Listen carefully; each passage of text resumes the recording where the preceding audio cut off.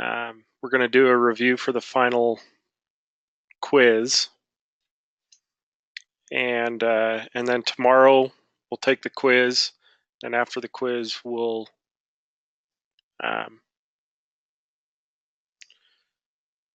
finish the flight plan. Hopefully finish the flight plan. So right now, for this first flight plan, I'm going to do a lot of, I'm just going to be showing you guys how we do things. Kind of our process. So take a lot of notes about the steps that I'm doing. Okay. Really try to get like an order of operations list for yourself. And then when we get into class, if you guys have that checklist, it's going to help you guys.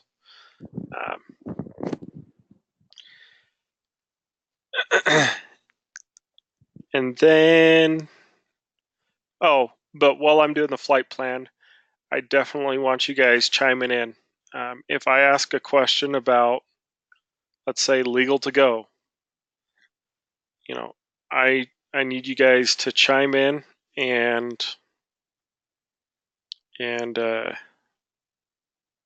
help answer these questions. So I'm going to make my mouse bigger for you guys.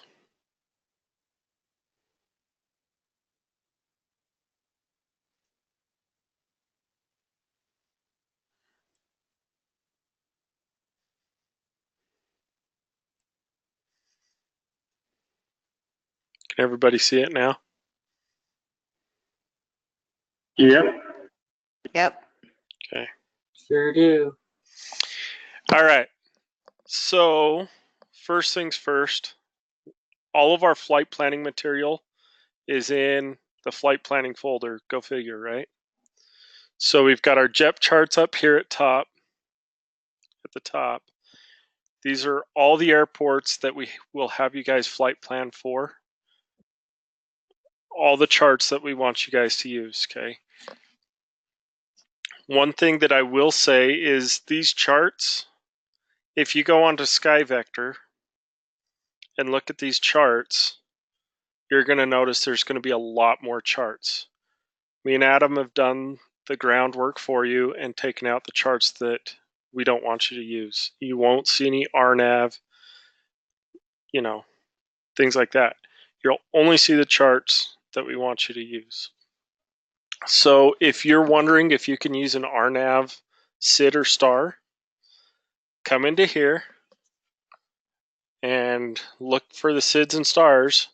And if you don't see an RNAV, SID, and STAR, well, you're not going to be using RNAV, and it's not going to be in your JEP charts. Okay. So RNAV is a no-no in flight planning for this class. Okay. We want you guys to be really solid on the old school, I guess, way of doing things. Because if you know the way and you kind of understand the formula of how things are done on, all ground-based stuff, the satellite stuff is almost identical. And so it'll be that much easier for you guys in the long run. But if you start intermixing them right now, you're going to confuse yourself. So let's get you guys solid on ground base, then satellite will come later. Probably at the airline when you get hired, whatever airline that may be. So, oh, by the way, Mesa is hiring right now too. So, you guys should apply there as well. While we're talking about it, Did you get a chance to find out about the hiring at all with SkyWest? Adam hasn't gotten a response from Bill yet. We'll keep working on that, and I will let you know. Davis, Okay. do you know how many people they're planning on hiring? I haven't heard, only rumors, and they're far and scattered and not really believable. Yeah. So, according to the dispatch floor, they're going to be hiring like 42 people. Well, I heard somewhere around three, and then I heard like another big class. So that's what I mean is like some people are saying a really small number, and some people are saying a really big number. So I mean, nope, I don't think anybody knows. I Yeah. think they're playing this one close to the chest until they find out how many people are leaving to go to Southwest. And I think those people already know who they are, right? Do they? I haven't been at work in like 3 days, so Drew said that a couple people found out that they'd been hired. I think there was like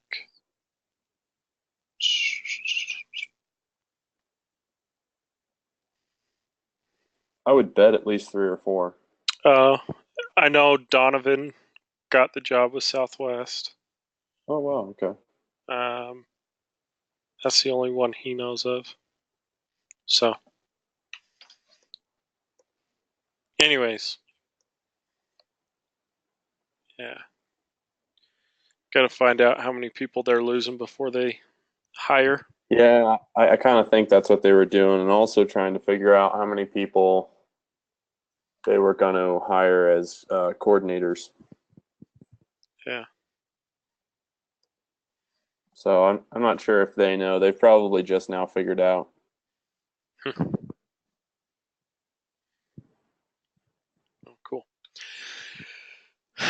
So, my recommendation, to be honest with you guys, if I know some people have their sites like it's SkyWest or nothing for them.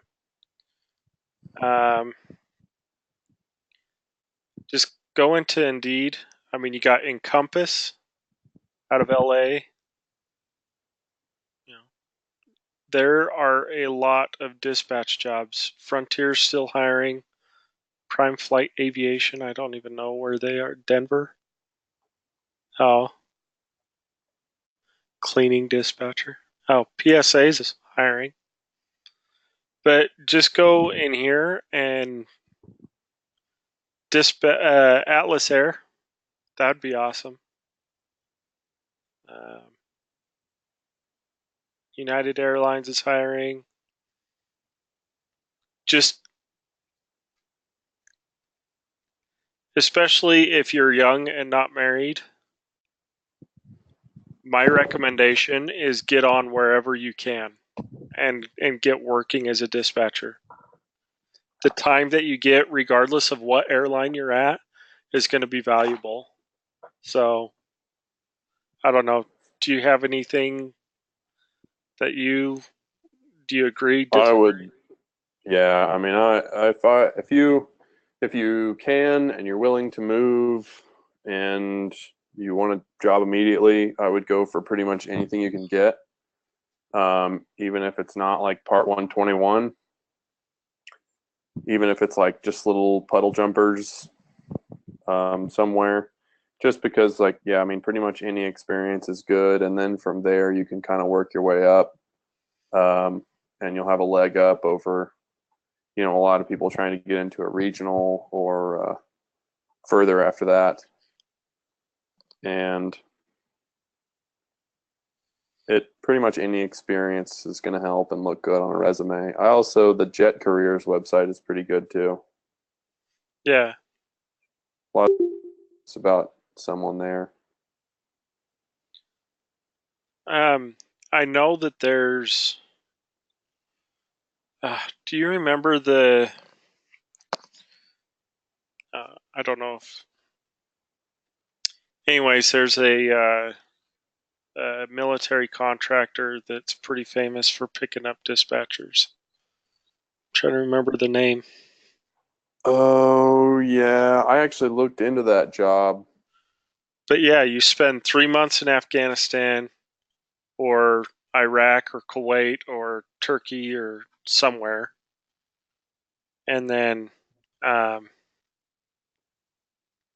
one I found was 1 month on, 1 month off, and it was out of Bagram Air Force Base, and it paid very well. yeah, we're talking Most of the six figures, you know. Yeah, most of the military contract jobs pay pretty well. And if you're in country, it's tax free. So if you're in Afghanistan, if you're in Iraq, anywhere where we are, quote unquote at war, um, it's tax free money. So that $120,000 job is like the equivalent of a $200,000 job in the States. So, and you get 6 months off a year, talk about damn good money. And you're at if you're at Bagram Air Force Base in Afghanistan, that's like the safest place in the country to be. Um, so I have a friend that was a station chief out there at Bagram, and he's like, "Yeah, that's the ISIS and stuff like that. That's the last place they're going to attack." Said usually when they want to attack somebody, they'll attack Afghani military bases, or they'll do like rocket. What do they call them? Rocket attacks into FOBs, but not into the main Air Force base like that. Even if they did them into the main Air Force Base like that, they can send up stuff that just makes them blow up in air. Yeah, they have the anti-aerial Yeah. mortars and stuff like that. And if you attack a base that big, then you're just asking to get your ass handed to you. So, anyways, okay, there's my spiel on careers. Do those military contractors, do they tend to hire right out of school, or do they look for experienced? Anybody they can get.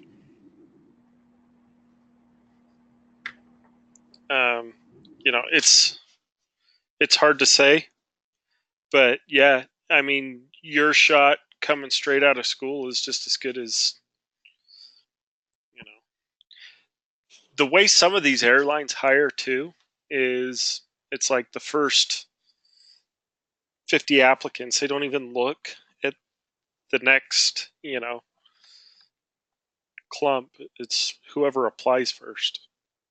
Because you obviously all have the same qualification, certificate and stuff like that to even be applying. If you answer yes to you have a dispatch certificate and you're one of the first applicants, some of these airlines will pick you up, or at least look at your resume. So, like I said, though, I mean, some people get so focused on, oh, Major's not going to pick me up out of school. Well, I've got proof that that's not true.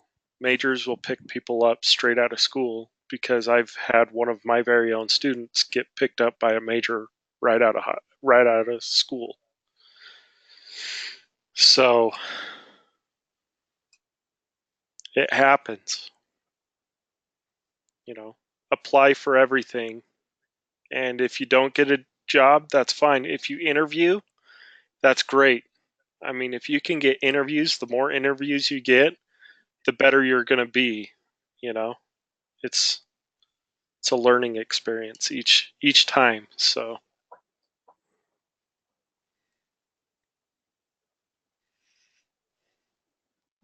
Which airline is it in Mesa that's hiring? Mesa It's just Mesa? Airlines. Yeah. Oh, so it's not in Mesa. I don't know where they're at. They might be. I think they're in Phoenix. Oh, okay. Well, I mean, that's better than Mesa, actually.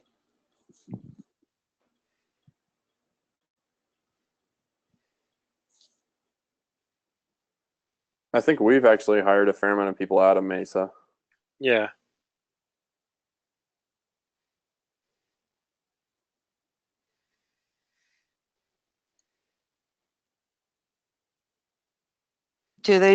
What jets do they have? What was that? What jets do they have? Is that ERJs, the CRJ? ERJs and CRJs, I think, just like SkyWest. Oh, that's cool.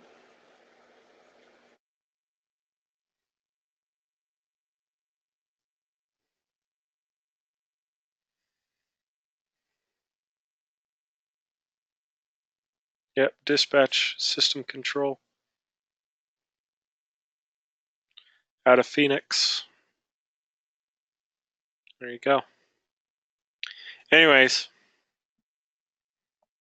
yeah, apply. If you guys put all of your eggs in one basket, you can't be upset if you get passed up multiple times, right? So, Yeah, you just got to keep applying for stuff. I mean,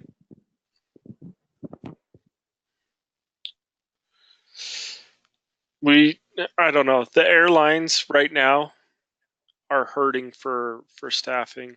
Every airline is. And so you just got to get out there and get a job, and then just don't focus on the location so much. I would even say, if you're able to, get a job and then just keep applying. Just because you don't have a job, or just because you have a job, doesn't mean that you can't continue to apply, and they're not going to hold it against you. You know, that's just the nature of the airline industry. Everybody's looking to go up and make the big bucks, so they expect to lose people. In fact, I believe it's, one of the rumors, again, this is a rumor, is that a lot of these regionals will only hire, or they hire people with the expectation that they're going to lose over 50% of their personnel within 5 years, in the dispatch field. So, and I think that's probably a pretty safe number from what I've seen. So, Oh, yeah, I'd say that's definitely a safe number. so yeah, there's an expectation that people are going to move up, and that's also why regional airlines pay less than major airlines, is because it's like, we're giving you training, we're not planning on holding on to you, you're just kind of moving through, Out of my hiring class, there were 10 in it, and 2 were at American, and then 1's at Southwest now. So actually, we may have only had 9. 1 guy dropped out, I think. And that you've only been That's with, about a year and a half. yeah, you've only been with SkyWest for a year and a half, so that's pretty crazy. Yeah, and another guy's actually waiting on his class date for ATC, so that'll be 4. Kyle, right? So, yeah.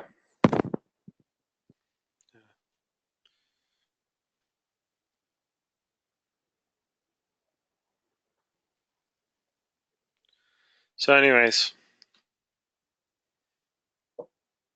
take it for what you want, but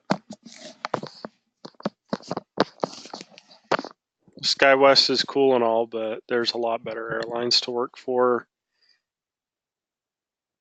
pay wise. Probably not flight benefit wise, but pay wise for sure. SkyWest probably has the best flight benefits of any airline in the world. Yeah. 4 majors, that's pretty insane. Yeah. And Zed fares with a ton of others. Yeah. Yeah, I was looking at Zed fares for a flight from, where was it, LA to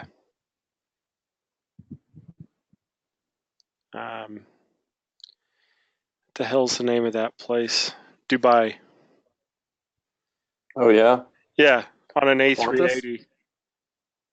No, it wasn't Qantas. It was either like Etihad or Air Oh Dubai. yeah, Etihad's nice. Yeah, or Air Dubai. One of the two. And for their business class, it was like $150. So Dang. freaking good. Those tickets are like $6,000 a piece, you know. Yeah. So, anyways, let's get back on track here. All right. So this is how our flight plan packets look. Whenever we do flight planning, this is what we're going to give you guys. Okay. We call it a route briefing. So here you'll see our city pair, San Diego to Salt Lake City. This is our aircraft that we're going to use. This is our passenger load, our cargo. If there's MELs, we'll have it notated there which MELs are,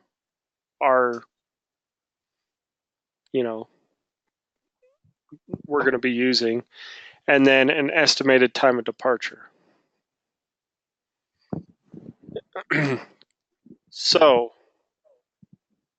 when we get this, the very first thing that I want you guys to do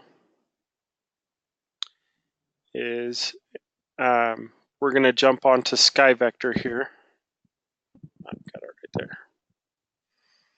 And this will also kind of be a course on SkyVector on how to use SkyVector as well. Okay.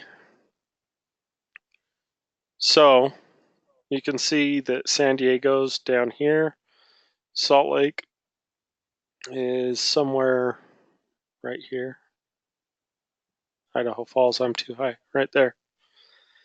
Okay. But you can see that I'm missing the flight plan box, right? Well, if we come up to this corner here where it says flight plan and click on that, it pulls up this box. So what we need to do before we do anything else, KSAN to KSLC, just throw that in really fast, okay? And then we plan, don't use the time features on here where it says ETE. It's going to be wrong. Even if I put in our estimated of 400 knots, what SkyVector does, it's actually a pretty advanced flight planning software. It's already taking into account like the altitude, winds aloft and everything, and spitting out this number. So this number is going to be different than what we're going to estimate. But what we do need from this is our distance, okay?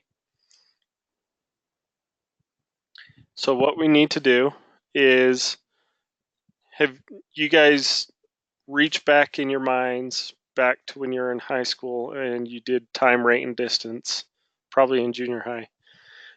Time, rate, and distance equations, right?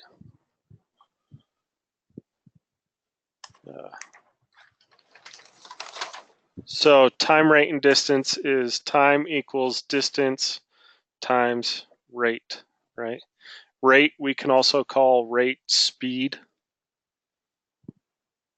just in layman's term. How fast are we traveling? Okay. Or no, am I doing that right? Velocity, isn't it? Not rate. Oh, Time velocity. is distance divided by velocity. Yeah, so what we have here, is we have a distance of 543.9 miles, right? So we can just say 544 miles. To figure out our, no, I'm doing that wrong. That is not the right equation, because I've got to take my distance, divide it by my rate. Yeah, distance. Oh, okay. Distance equals time times rate. That's right. D equals TR. Okay, so what I did was I know my distance, 544 miles, right? Let's do a little bit of algebra here.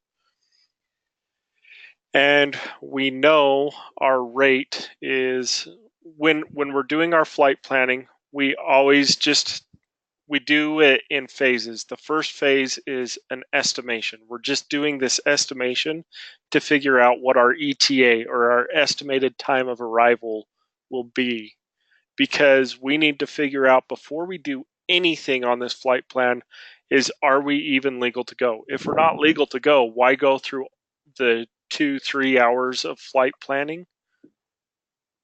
You know, it would make absolutely no sense. So here's our time, rate, and distance. So we've got our distance value, we've got our rate value. Well, if you guys remember in algebra, to get our variable, we need to divide, we need to do the opposite here, right? Divide 400, that cancels out that equation, and then move that over here. So 544 divided by 400 gives us 136. So 1.36, and that's in military time. We can convert that to minutes. All we need to do, all we need to do to convert that to minutes is take that 36, that 0.36, times that by 60, and that gives us minutes, 21.6 minutes. Okay, so 1 hour and 20 minutes is what our estimated time of arrival is. So get this briefing guide.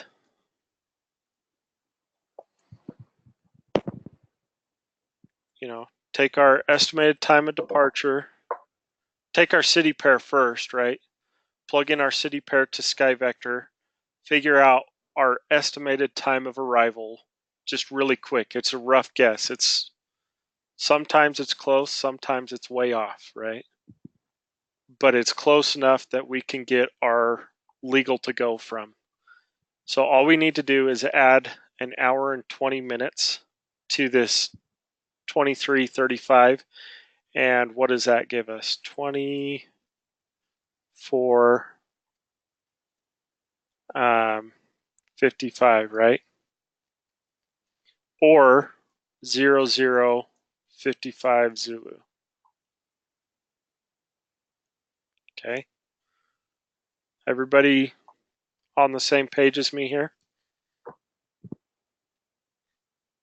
Yep. Okay. So that being said, now we have an ETA. So what I like to do is I like to write down my ETA on here next to my ETD. So ETD, estimated time of departure. ETA, estimated time of arrival. Oops. Eat, that's what I want to do right now.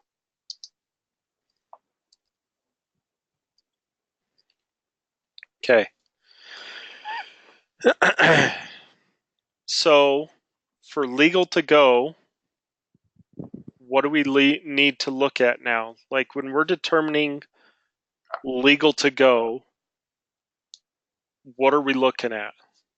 Are we looking at our departure, our destination? What type of weather are we looking at? Are we looking at METARs, TAFs? What? Don't we need to get our mins Okay, we need landing mins. and then go to the task And then what? and then go to the TAFs Okay, so landing mins for what airport?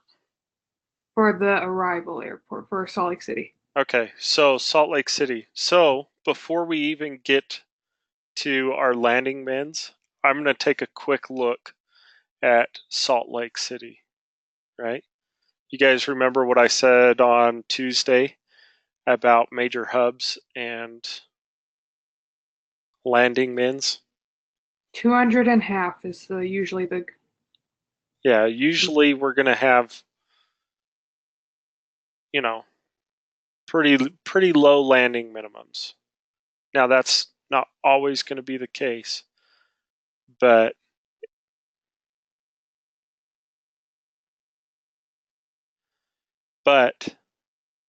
we can look at the weather and see what's going on and if it's even something that's a concern. So like you said, we're going to go to the TAF for Salt Lake City and we're going to take a quick look at it. So here's our TAF for Salt Lake City. What was our ETA? 0055 or Yep, 0055. So where does that fall? What line are we going to be looking at for our legal to go?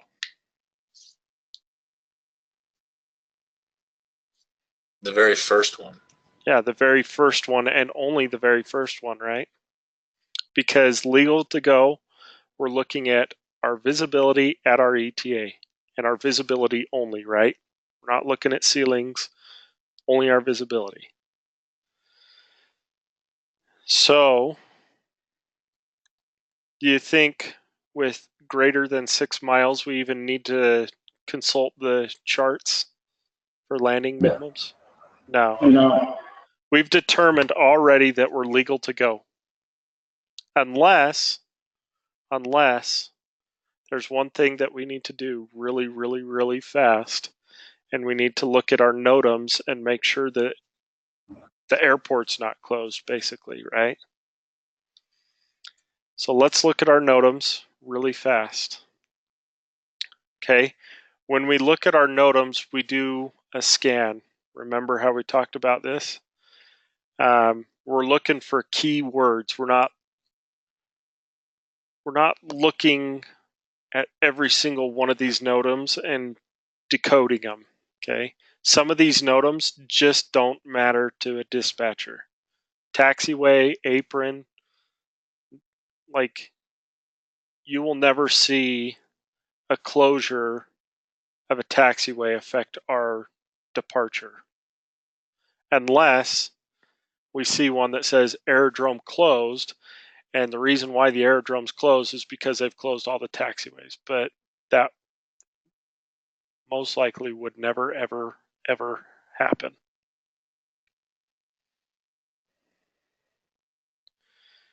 So we just need to look for the important stuff, things like runway, navigation, right?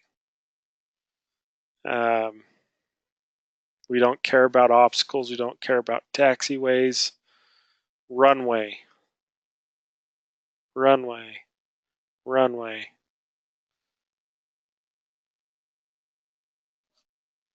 Right? So I don't see anything that's saying that the aerodrome's closed, but let's take a quick look at what runways are being affected right now. So 16 left, the approach light system's out of service. You think that's going to affect us? What does the ALS do to us?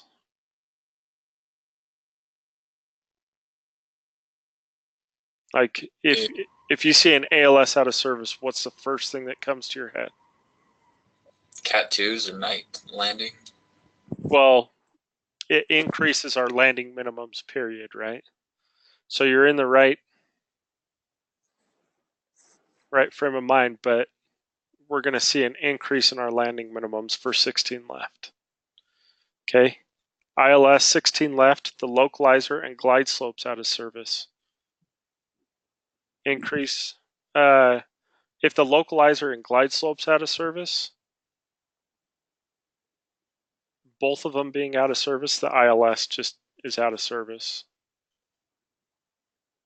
So that's like a visual only approach, right? Right, because you guys remember what the localizer and the glide path are, right? Yeah. So what is the localizer providing the pilot? Horizontal alignment. Okay, and what is the glide path providing the pilot? Vertical. Is that an ILS anymore? If both of those are out? No. Okay, because this is, what kind of approach do we call this? An instrument landing system. Okay, it's an instrument landing system, but there's two types of approaches, right? What type of approach would this one be? This is IFR versus VFR. Well, now it's VFR. Getting closer. We call this a precision approach.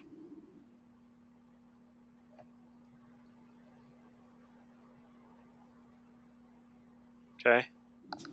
Precision approaches provide both lateral and vertical guidance, right?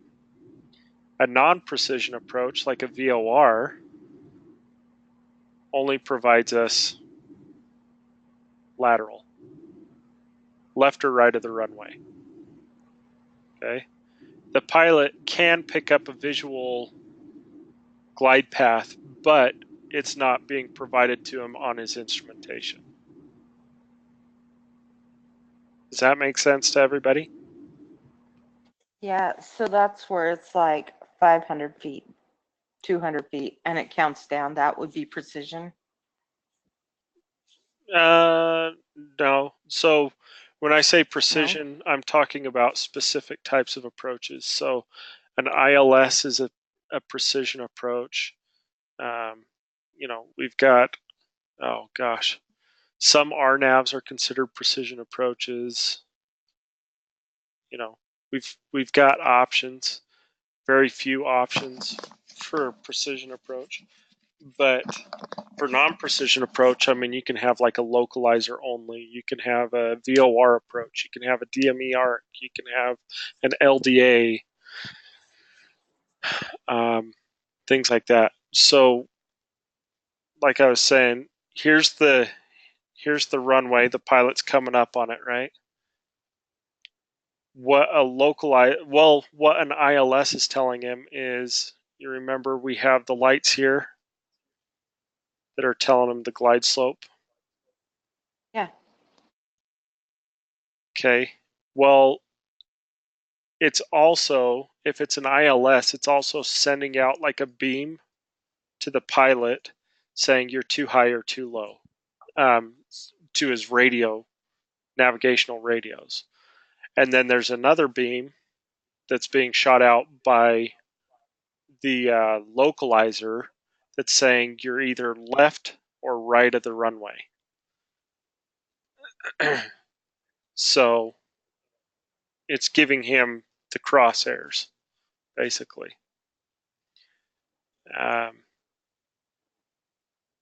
So if the localizer that's providing that horizontal guidance is out of service and the glide slope is out of service, then there's no ILS. Just there's no guidance at all from that.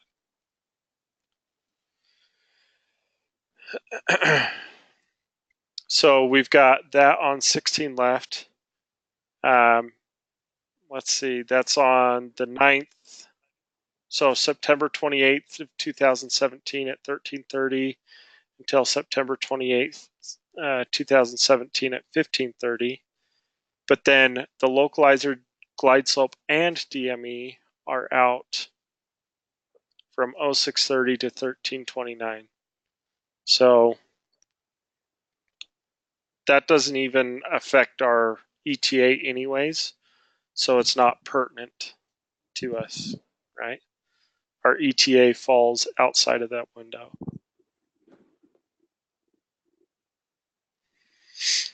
Um, 3-4 right, out of service, same times as that. Doesn't matter to us because our ETA falls outside of that.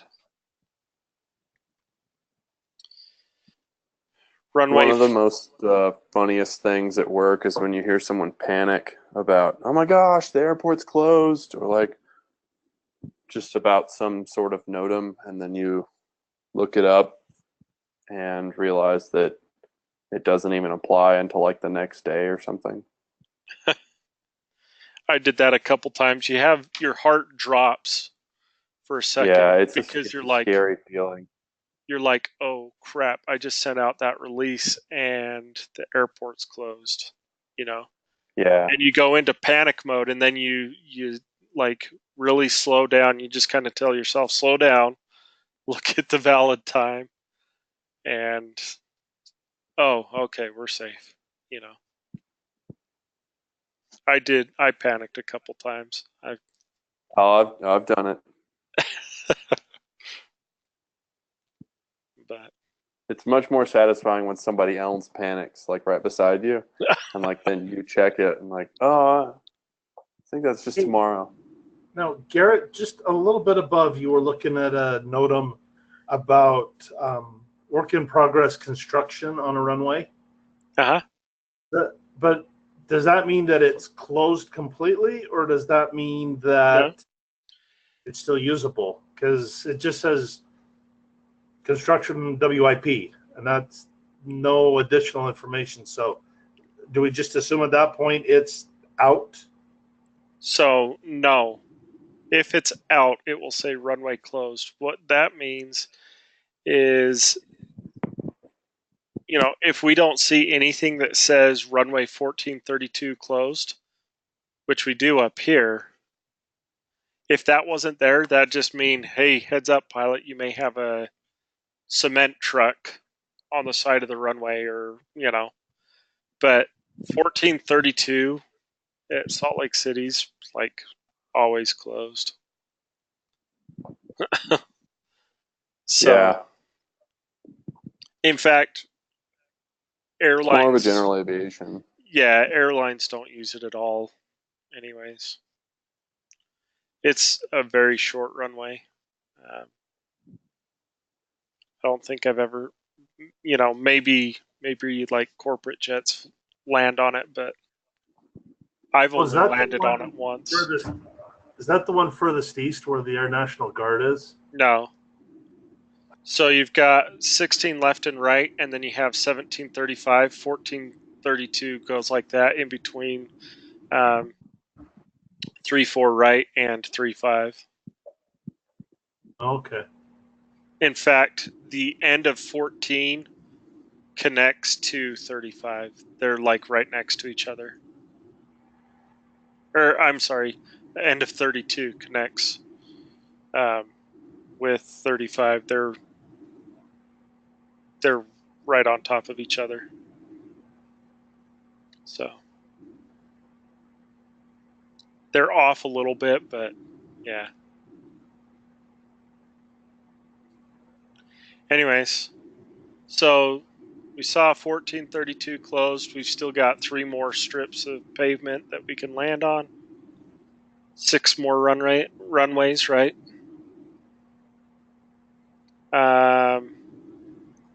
Going through here, runway 35. Okay. Got some lighting that's out of service. I can't even remember what the TZL is. What is that? Touchdown, isn't it touchdown zone lighting? Yeah, that's right. Good Lord. Yeah. I haven't been doing this enough.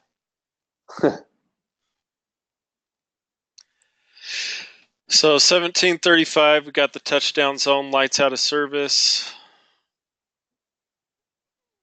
You know, we could, like, when it comes to stuff like that, might as well turn into a taxiway for me, because, like, I'm not even going to look at the valid time because it doesn't affect our landing.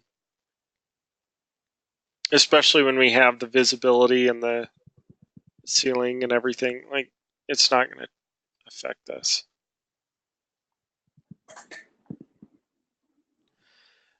Salt Lake City runway 16 right. Don't really care.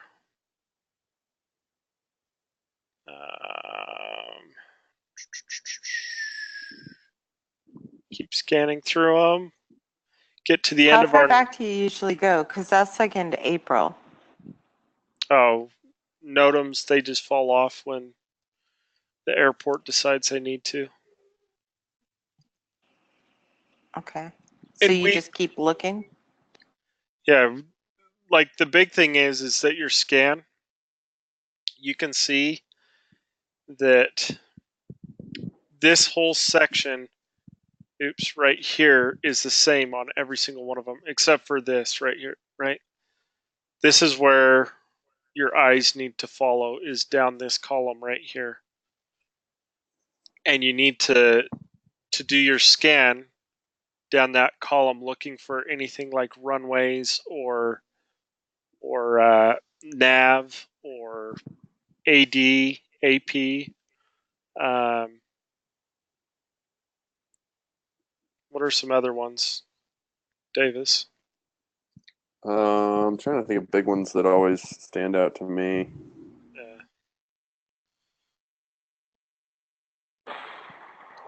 But I mean, those are the ones that you're going to typically see most often. Yeah, anything with like nav. Yeah, I mean, basically the ones you were saying are most of the ones that I look for. Yeah. And if you can, like, in these next 2 weeks, if you can get good at that scan, just cruising through the NOTAMs like that and only picking out pertinent ones, it's going to help you so much when you get into training at an airline, because I've noticed that a lot of people that struggle through training at an airline are people that will read every single one of these. You know, like, I don't care if there's an obstacle, a rig that's at this location, you know, it just doesn't matter to me. If you take too much time planning a single flight, you know, and spending time on things that you don't need, you're going to get way behind. So up top, I saw one that said 34 right ILS out.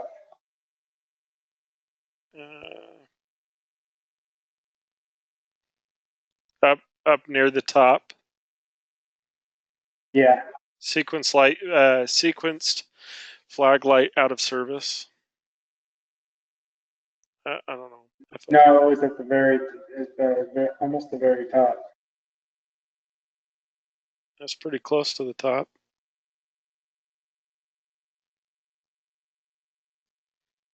No, up higher. Like ILS 34 right out of service. Yeah, we looked at this it one. was further down. I saw the same thing. It was like near the page break.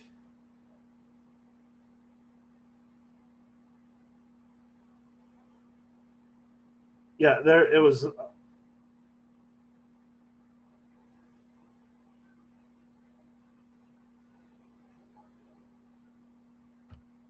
Oh, I think back up, there was a approach light system.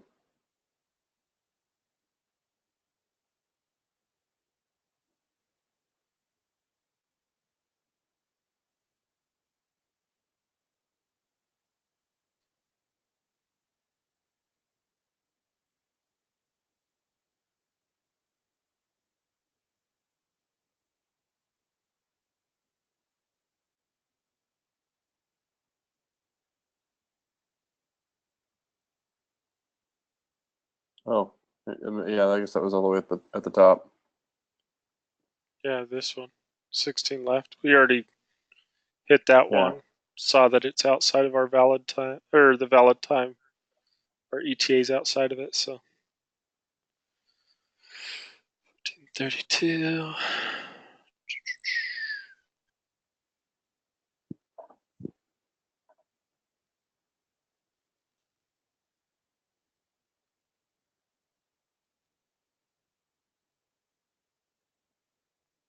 Yeah, those 3-4 right, there's the ILS that's out, and that's the only NOTAM for 3-4 right. Oh, and then the sequenced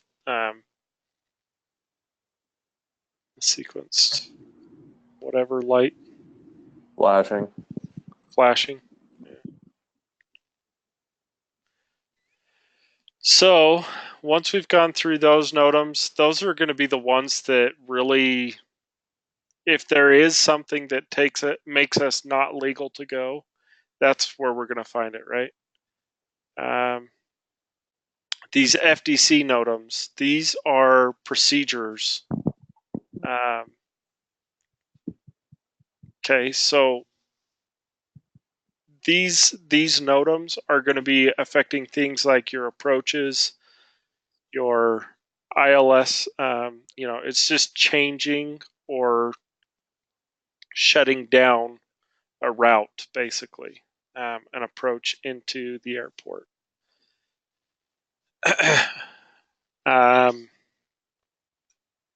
So like here, we can see that Salt Lake City SID, the Edith 5 departure, which is an RNAV. So RNAV, in this class, we can just throw that away, right? We don't need to even read any more in this class. But it does say disregard altitude crossing restriction and published speed restrictions. All other data remains as published. Okay. So they took out the altitude and speed restrictions on the SID. Doesn't affect us. Another SID leads, same thing, RNAV. Another SID, RNAV. Another SID, RNAV. SID, RNAV. Instrument approach procedure. Runway, so this one's an RNAV, GPS into runway 34 left. Don't care. Okay, another Salt Lake instrument approach procedure. ILS or localizer, runway 16 right, amendment 3B. Okay, this is what we call a missed approach procedure. So there's something affecting this instrument approach plate, the ILS 16 right, to where the missed approach procedure needs to change. There may be a VOR out of service. There may be, just a number of things, or maybe they're just changing that chart altogether permanently.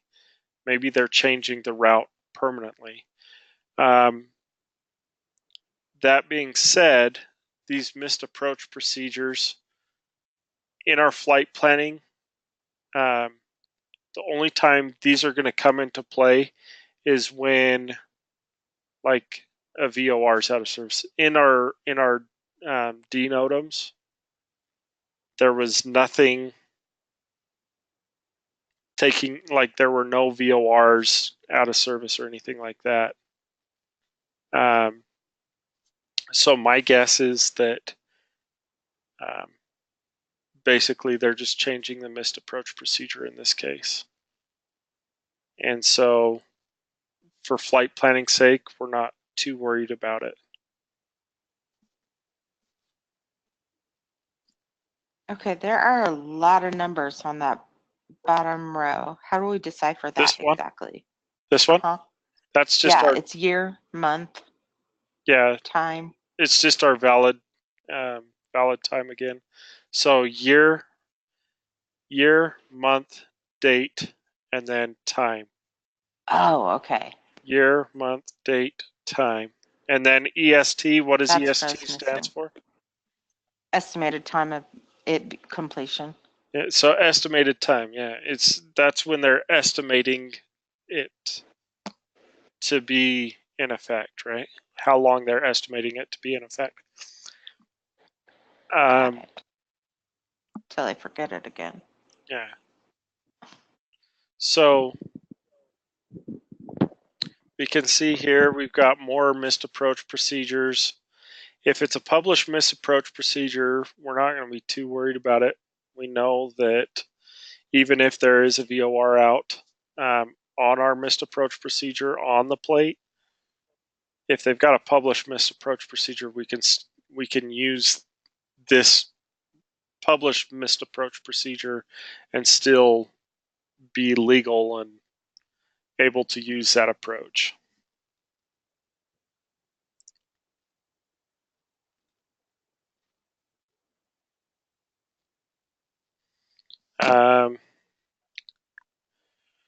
But that's pretty much what a lot of them are.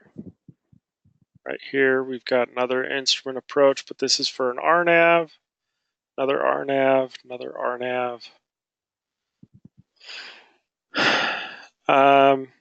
This one is the instrument approach plate for ILS or localizer 3-4 left. Basically, what's happened is there's cranes out on the northeast end of the runway. And so they're changing the minimum decision altitude. Okay. HAT stands for height above terrain, 414 feet, all categories, visibility, CATs, C and D, so category C and D, RVR 4000. So they're changing our landing minimums, right? So if we're using our standard ILS going in, these are now our landing minimums. We'll still use the visibility, but our ceilings are changed.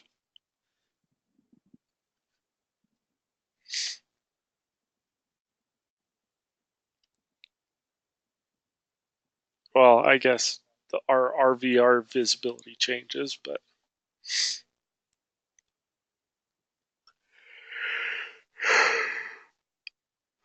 another RNAV, and we're done with that one.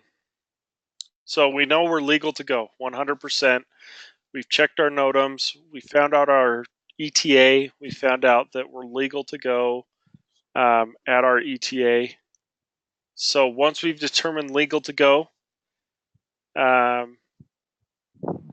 we now determine, do I need an alternate? Okay. Since we're already here. So looking at this, what are our requirements for, do we need an alternate? When are we required to list an alternate on the dispatch release? Always, unless it falls into the 1, 2, 3 rule. Okay, and what is the 1, 2, 3 rule? An hour before to an hour after, there's ceilings of 2,000 and 3 statute miles of visibility. Okay, so our ETA is 0055. What is our ETA window? 23:55 to 1:55 Zulu.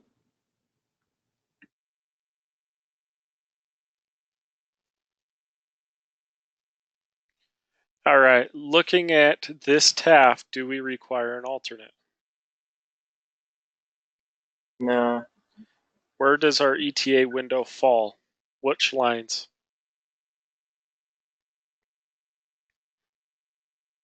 Still the first line. Yep, just the first line, right? Because this line doesn't start to 0400. We're landing at, our ETA window puts us no later than 155. We're good. Okay.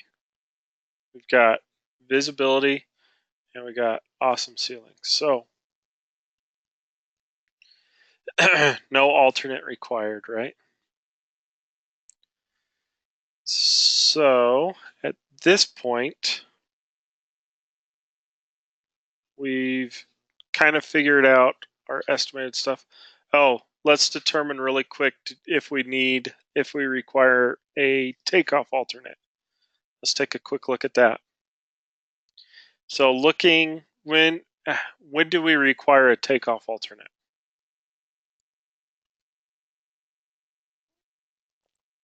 When men at the departure airport. airport are below landing minimums. Right. So when our departure airport is below landing minimums, right?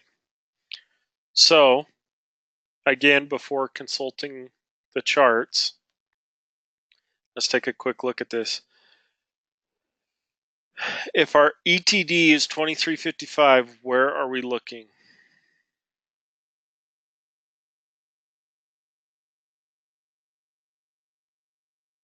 An hour before and an hour after 23:35. No, just looking at No. 2335. So are we looking at the METAR or are we looking at the TAF? METAR. We're gonna look at the TAF, right? Both. Wherever Both time right. So we're going to consider the METAR. We're going to take a look at this. This is what currently is happening at our airport. Do you think that would ever be below landing minimums? No. No. Okay. Where do we fall on the TAF?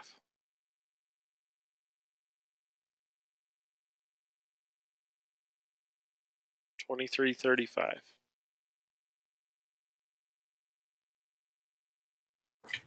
First line. First line. Right? This TAF was released at 2010, right?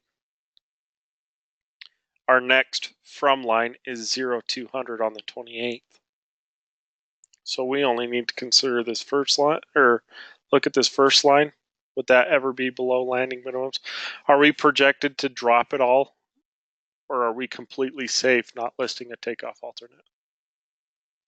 It looks pretty safe. Yeah, I wouldn't even think about a takeoff alternate. Okay. Only time I'd think about a takeoff alternate is if the pilot called and said, hey, maybe I want a takeoff alternate because some BS reason that a pilot would come up with, which you get. And then I'd say, well, you don't really require one at all, and weather looks great, but I guess if it helps you sleep at night, right? Unless they're in a CRJ 200, and then you just tell them, nope, not going to list a takeoff alternate at all, unless I have to. But you'll find out why later. So you're gonna leave us hanging? I'll let you guys figure that out once you get to the airline, unless Davis wants to explain it. It would take me like 3 hours. Yeah. Basically, the CRJ 200s are broke. They're pieces of garbage, but fill a very specific niche in the regional airline world, especially for SkyWest. And we have a ton of them. And we have what's called the flap AD. So if we list a takeoff alternate, there's like a whole bunch of requirements that we have to consider before we can list a takeoff alternate. So the long and the short of it is that sometimes the flaps get stuck on takeoff and then they don't retract. And so you end up burning way more fuel. And so if you list a takeoff alternate, you have to make sure that you can make it to your alternate with your flaps like in takeoff configuration. So you have to add fuel a lot of times. Yeah. So it's a pain in the butt. And yeah, I don't like doing it. I never liked doing it. Every time it was a CRJ 200 and I knew that I needed a takeoff alternate, I'd cry a little bit inside. So anyways, so we've determined we don't need a departure, don't need a destination alternate. We're legal to go. We've got a rough estimated ETA. What we can do now is we're going to build our route. Okay. So SkyVector is a really cool system, and I showed you guys a little bit about it. when we were first looking at it. Here's the thing. The charts that are on here are for reference only. Always consider the Jeppesen chart. Do not go off of the NACO charts that are on SkyVector. And I'm going to make that very clear here. Okay. So, San Diego International Airport, if we just hover over the airport name, it will pull up a list of all of the charts. Okay. You've got your airport diagram first, then you have your instrument approach procedures, then your departure procedures, which are also known as, what's a departure procedure? What do we call them? I've probably already said it like 15 times today. Those the FTC NOTAMs? Nope, it's the SID. We'll find them in the FTC NOTAMs, but our SID is our standard instrument departure. Okay. So our SID is how we get out of the terminal environment. What route does ATC want us to take to get out of here? And then we've got our standard terminal arrivals. What are those known as? What do we call those? Stars. Yeah, that's our star. Okay. So you can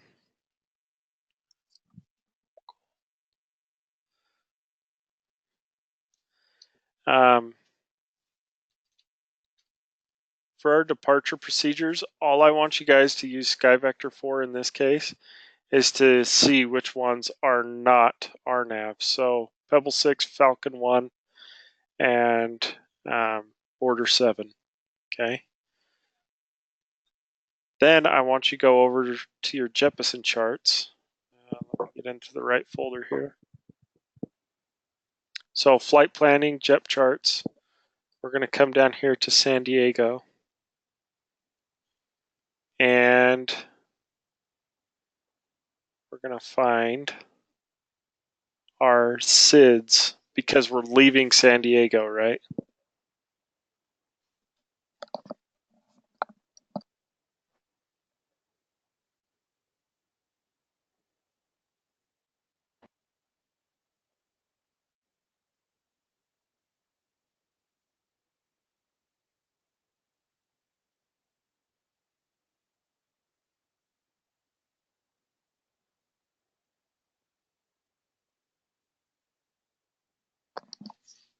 Sorry, put my dinner order in.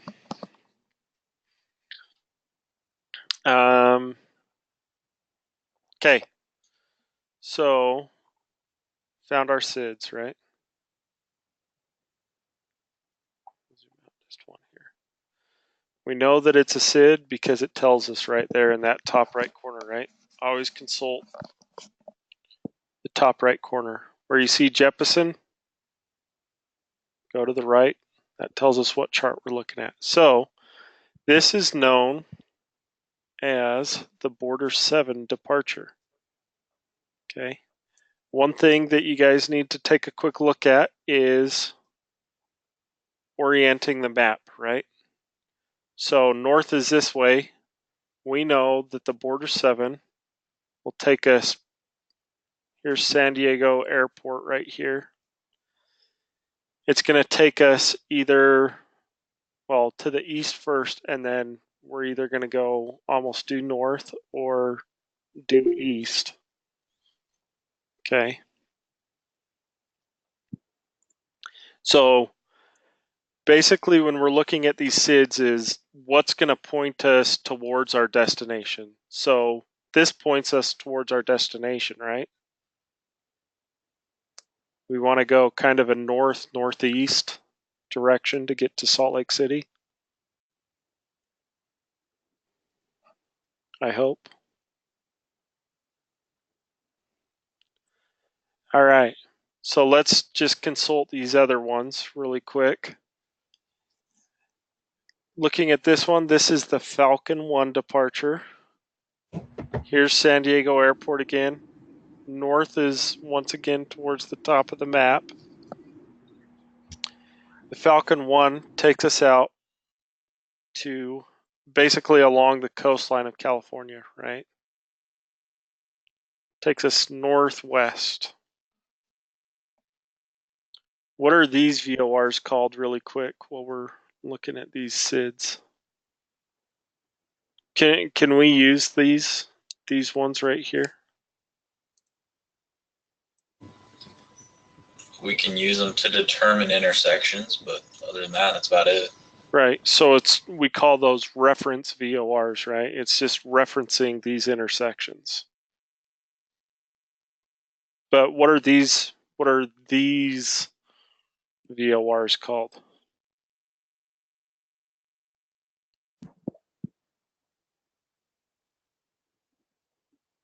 Navigational VORs? We call them transition points, right? So this is where we exit the SID, is either at Santa Catalina or Seal Beach VOR. Do you exit on that route or over it? I don't know that I understand. When you exit that route, when you're leaving this SID, do you exit the route over that VOR or just somewhere on that stretch of whatever that is? You'll cross over the VOR. Okay, and that's when you know you've exited the route. Yeah. So okay. once they're over Seal Beach VOR, they know that that's where they transition from the terminal environment to the en route or cruise, right? So we've now left the airport. We are now in our en route portion of our flight.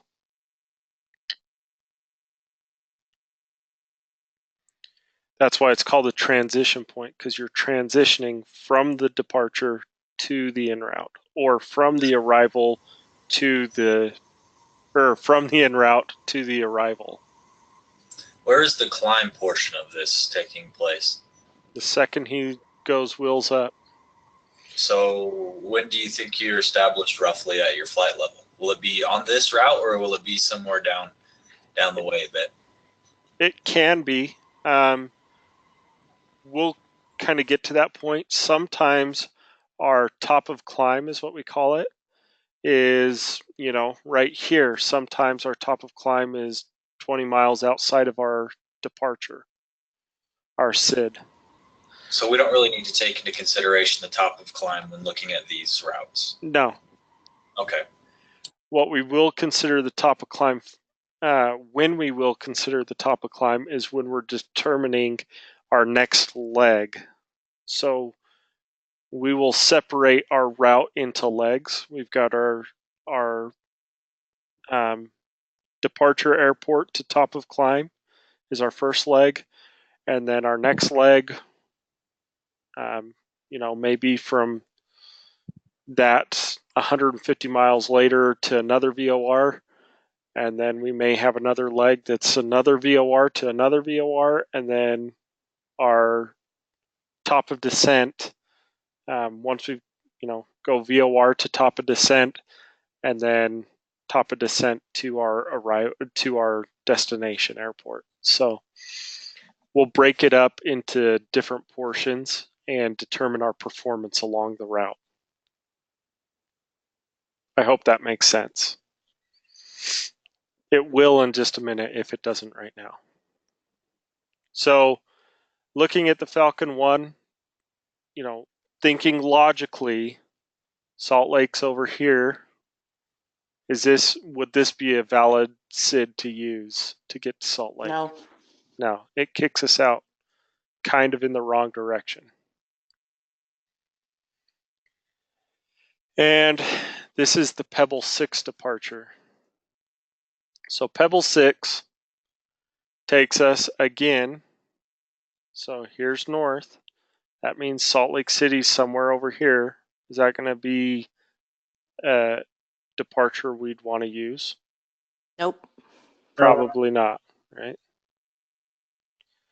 Basically, we want to be pointed in the right direction when we get off of our SID. And then we can take a quick look. The next chart isn't a SID or a star. We know that we've kind of hit the end of that. So, good chance that this is going to be the most practical SID for us to use, right? So we'll plug that into SkyVector. Got the border 7 departure. So border 7. The way we plug this into SkyVector is we use this right here. Okay.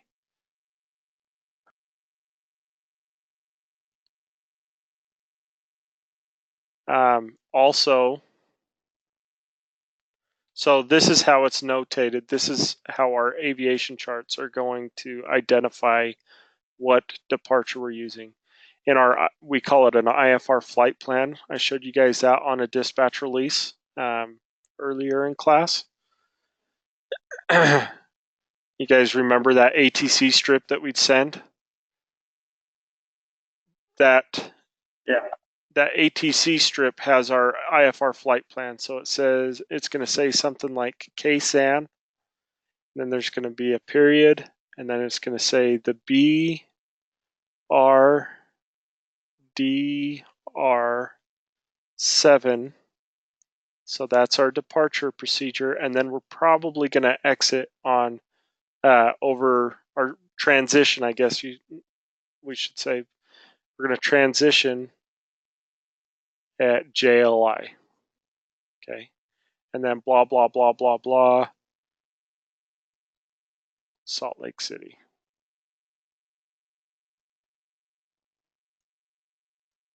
Okay. So let's plug that into SkyVector really quick.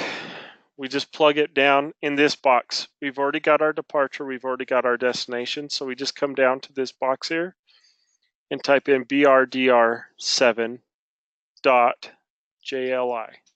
Hit enter really quick, and it doesn't work. BRDR7, maybe just a space. Yeah, just a space. Okay. And SkyVector knows exactly what that departure procedure is and plugs it in automatically for you. Pretty cool, right? Yeah, that's nice. So once we've determined our departure, what we need to determine next is our arrival, because we need to connect these two dots, right? We know that this is where we have to use a SID, we have to use a star, unless they're not available. But if it is available, we have to use it because air traffic control likes them. It makes their jobs easier. So if we don't use a SID or star and it's available to us, 9 times out of 10, air traffic control is going to reject it and just say, no, you need to refile. So if it's available, we have to use a SID, we have to use a star. And that's as far as I'm going with that right now, because we don't even need to worry about it until later. Let's get this simple stuff down. Okay, Salt Lake City International. We're going to look at stars, right? We're arriving at Salt Lake International. So we've got quite a few choices. Bear 5, Bonneville 2, Brigham City 4, Jammin 5, and Spain 7. Okay, so we've got a bunch of charts that we can look at for Salt Lake City. So we'll pull up the Jeppesen charts for Salt Lake City. We'll go down to our stars. Once again, we know we have arrived. When we look in that corner, it says star. Okay. Bonneville 2 takes us out, or brings us in from directly west, right? Probably not a good option for us. So Brigham City 3. Brigham City, this is going north. Here's Salt Lake City. It's coming in from the north. Probably not a good option, right?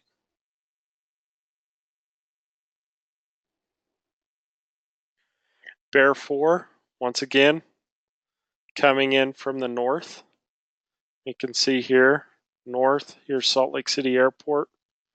Probably not a good option. Spain 7,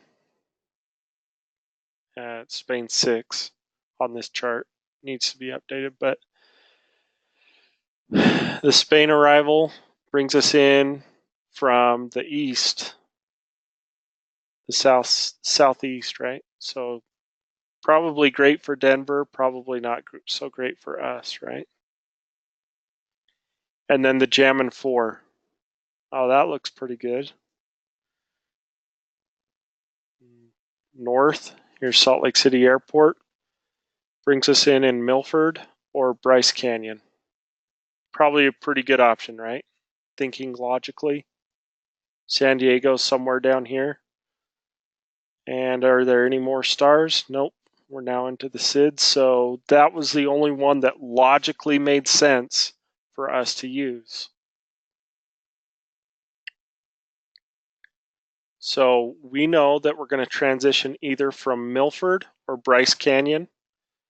And when we're looking at arrivals, what we're going to plug into SkyVector is going to be the last abbreviation. So Jammin 4, Jammn 4.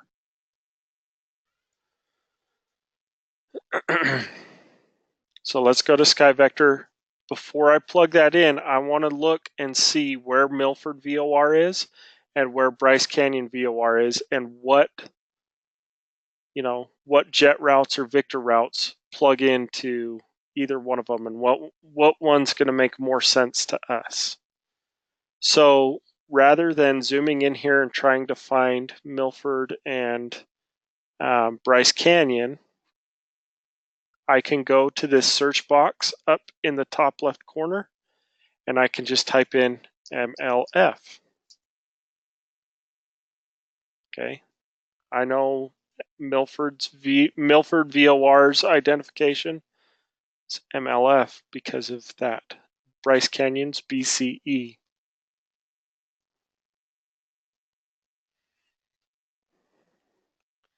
So it puts the crosshairs, if you guys can see the crosshairs on my screen, they're really small.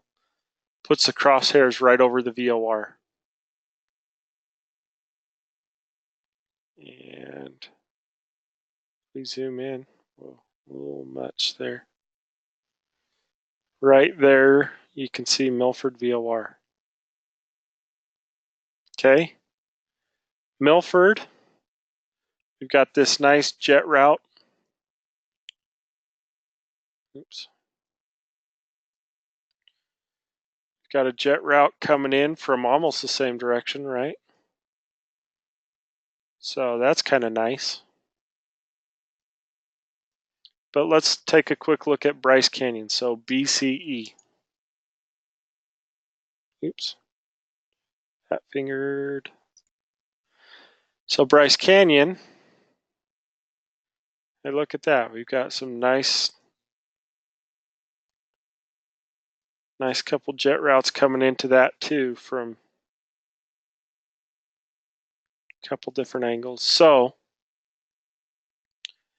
we know that either one of those may be a good option. So what I like to do at this point is I like to figure out how I'm going to get, I know that I need to get somewhere.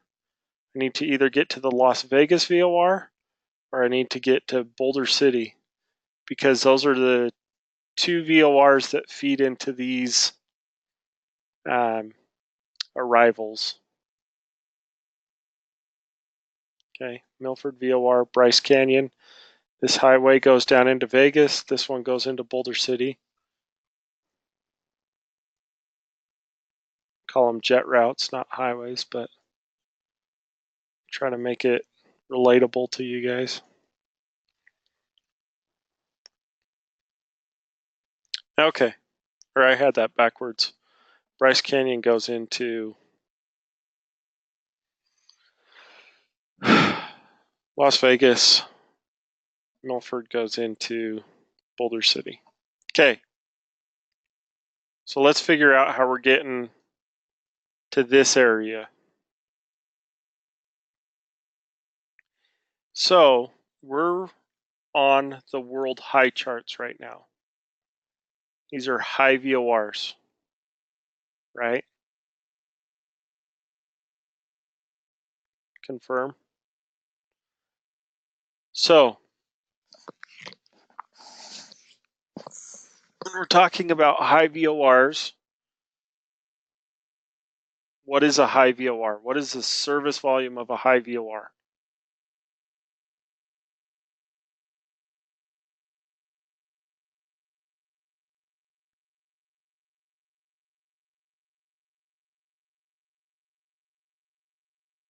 Anybody? This is flight level 240. So it's not associated with the flight level. What is the service volume? So meaning how far does this distance? Yeah, it's a distance. How far can you see? Well, how far can you pick up the frequency of that VOR, right? So that if it's a high VOR, it has a reliable signal within a certain distance. And we call that service volume. Does anybody remember what that is? This is an interview / practical / everything you'll ever need to know about dispatching question. So write it down if you don't know it. The service volume of a high VOR is 130 nautical miles. Is this ringing a bell? Do you guys remember going over this back when we went over charts? Yeah, I know you said it. So 130 nautical miles, service volume of a low VOR is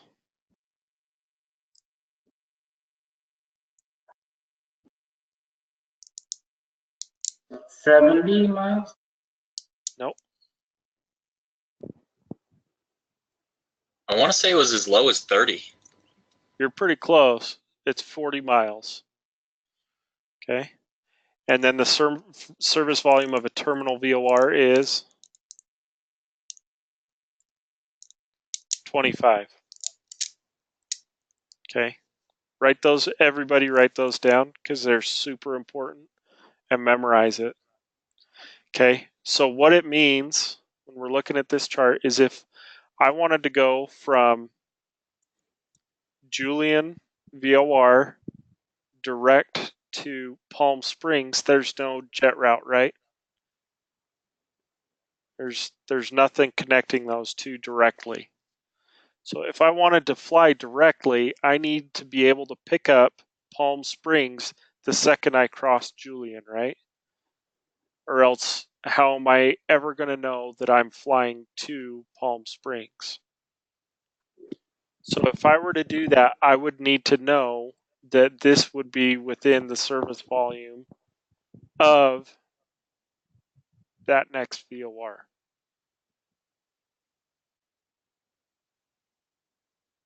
Does that make sense?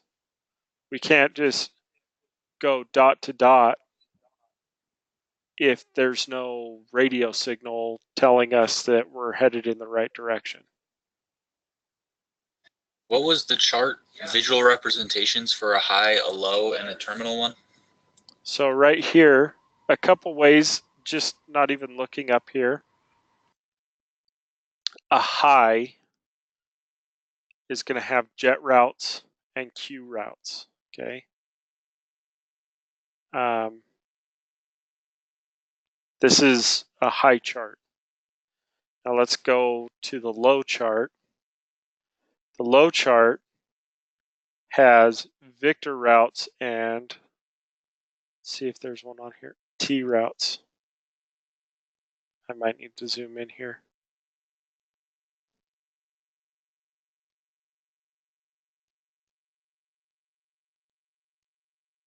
Okay, Victor and T routes. So without even looking up here at the top and looking, am I on the world low or world high? I can tell what kind of chart I'm on, right?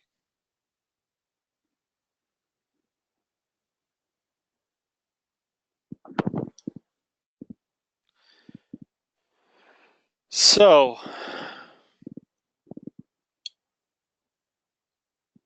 let's take a quick look. When we're on our world high, is there anything? I don't like to, especially in this class, I don't want you guys flying direct unless you absolutely have to. But is there anything that connects us going, headed in that direction? Or would we have to go this way and then over? There's nothing in line, right? That's what I'm trying to say.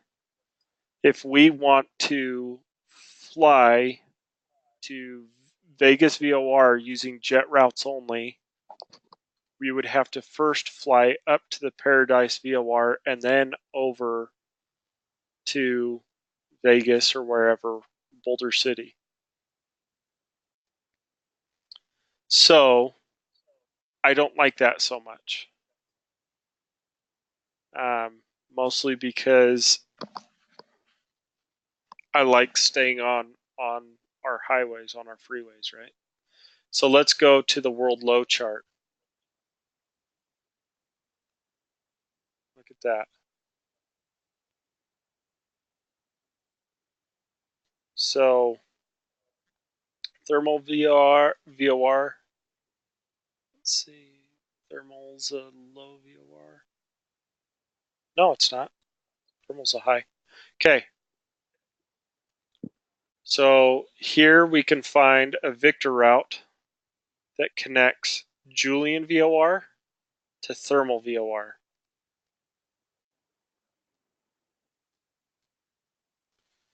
See, thermal VOR. It's a high and it's got a jet route going in our direction. So let's get to thermal VOR and we can just use our Victor Airway here to do that. So Victor 208.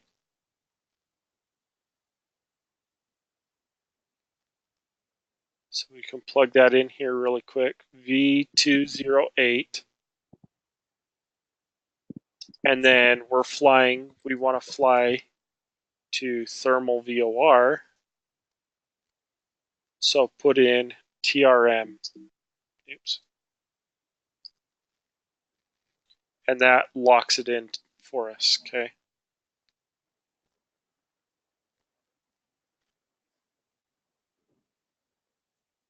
Sorry, I was writing notes. What do you put into the box for that? So just the highway, so whatever route we're using. So Victor 208, you can see it right there. And then the VOR that we're flying to. So TRM is the abbreviation for thermal VOR. Okay. Thermal, TRM. So we put in Victor 208 and then TRM because that's where we want to fly and that's how we want to get there.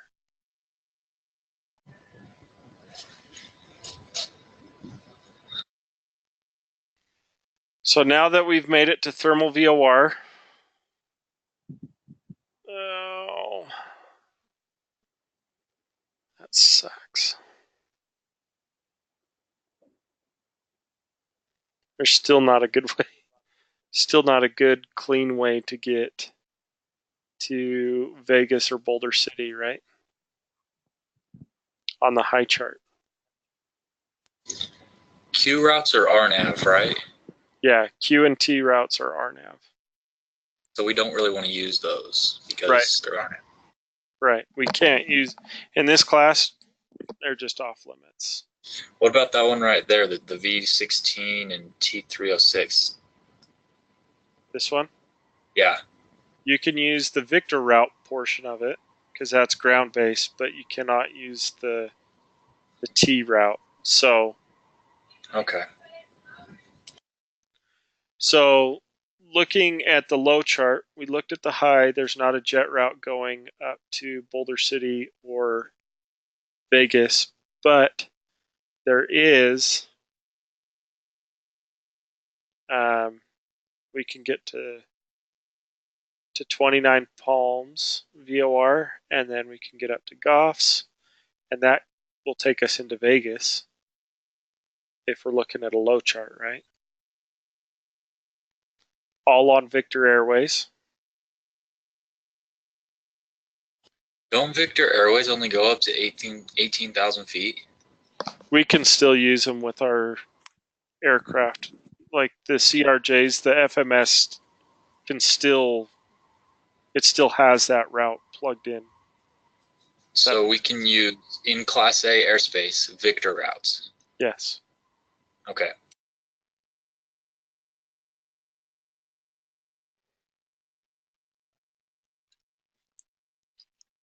Will a pilot actually fly this route? Probably not. But this is planning. Planning and actuals are always going to be a little bit different. And we can't really concern ourselves with what the pilot actually does.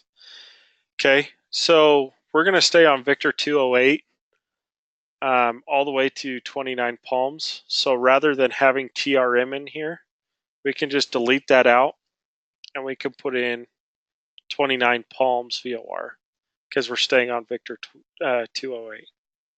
So TNP,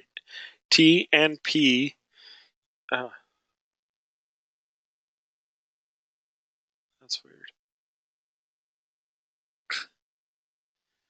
Why did it do that? There we go. Okay. So 29 Palms VOR. And let's go back to our high. So 29 Palms is also a high VOR. Actually, it's a low. But there's no jet routes getting us there, so we can just stay on our world low. Excuse me. And then go Victor 514 to GFS.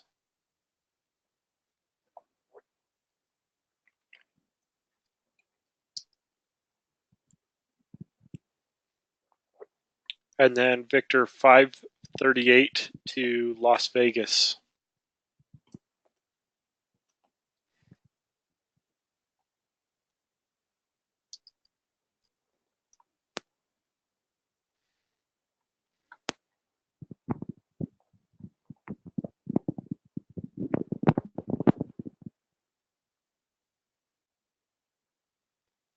Okay. So we've made it to Vegas. Now we can look at here, Milford or Bryce. We can come in from either Milford or Bryce. So let's take a look at our world high. Let's come up here to Milford and Bryce Canyon VORs. So we've got Jet Route 9 and Jet Route 100. So Jet Route 9 takes us to Milford. So we can say J9 to MLF. And then we can plug in the Jammin. Let's see what the current one is. Jammin 5. JAMMN 5. And that will put us into Salt Lake City. So we've now built our route. Sorry. We've built our route going into Salt Lake City, staying on ground-based navigation. Okay. Jet routes and Victor routes. Why did Jammin 5 take us to Salt Lake? What was that? Because it's automatically programmed in to where the SIDS and stars, they're already programmed into the SkyVector program. So you don't have to go Like, let's come down here to Jammin 5. If, like, when SkyVector first came out, we would have to go MLF to BEVR, BEVRR, then to DTA, then to LAZLO, to Jammin, to Speak, to Chip, and then into Salt Lake City. Like, we used to have to plug in each one of the intersections. So this is a dedicated route from Vegas to Salt Lake called Jammin' 5? Yeah, that's our standard terminal arrival route. Not from Vegas, it's from Milford. Remember, when we're looking at our chart here, our transition point is Milford, VOR. How do we know when we can use one of these? On every go to Milford. That will take us to Salt Lake. We look at each and every one of our SIDS and stars. Like, you need to apply some logic to our flight planning here, and Doesn't you that need mean to go. we plugged in Salt Lake into the destination? Yeah. Well, I mean, like, because hypothetically, if we were just going to the Milford VOR, but going somewhere else, it wouldn't automatically plan the route. So here we have our departure airport. Here we have our destination airport. So in our IFR flight plan, the computer's already saying we know our departure, KSAN, and we already know our destination is KSLC. So the computer's already locked in the two, and it's filed direct. This is all of our in-between stuff, okay? Whenever we're flight planning, so let's go back to our charts here. So I'm going to come back here to Jammin. Whenever we're flight planning, we need to look at the direct route. So that's what we did very first to figure out our ETA, right? We know that K San Diego, K San's down here. We know that the general direction is KSLC's up this way, right? KSLC. So we want to find a route that stays on that direct line as close as possible. We don't want to, zigzag all over the place to get to our destination. We want to go as direct as possible because we're trying to save fuel and time. Like, that's the whole purpose, right? So KSAN, KSLC. We know, or when we did San Diego, we did the Border 7. So what the Border 7 departure did was it took us a little to the southeast, and then it kicked up to Julian VOR, JLI. We know from JLI to Salt Lake City, Vegas falls pretty close to the center of that flight, right? So we can just put LAS here. So we want as direct as possible, right? So we're going to stay on Victor routes and jet routes. It may bend us a little bit here and there, but we want to stay as close to that direct route as possible. So it took us, gave us a couple little bends to get to Las Vegas, but then from Las Vegas to Milford, which is our transition point for the Jammin 5. So here's our Jammin 5. Well, this is an old chart, but Jammin 4, here's north, here's Salt Lake City Airport. We know that Milford VOR and Bryce Canyon VORs are to the southwest, right, of Salt Lake City Airport. And we are coming from the southwest of Salt Lake City Airport. So we just happened to find a jet route that took us directly from Las Vegas to Milford VOR and got us to this transition point. Once we're on this transition point, the computer knows where all these intersections are, and then automatically will plan the rest of the route going into Salt Lake City. So did we go through this star at the beginning of class or the beginning of this flight plan and identify which one we want to use coming from that direction? Yeah. Is that how we know we want to use Milford or Bryce? Yeah. Okay. Yeah. That's where my question originated. I must have missed something earlier. Yeah, because we looked at our SID first. Whenever we're flight planning and we're trying to plan the route that we're going to use, right? We're looking at it direct. So we look for our SID or star that gets us the closest to that direct route as we can. And we found that Jammin 4 gets us as close as we can. We looked at Spain 6 here, right? Spain 6.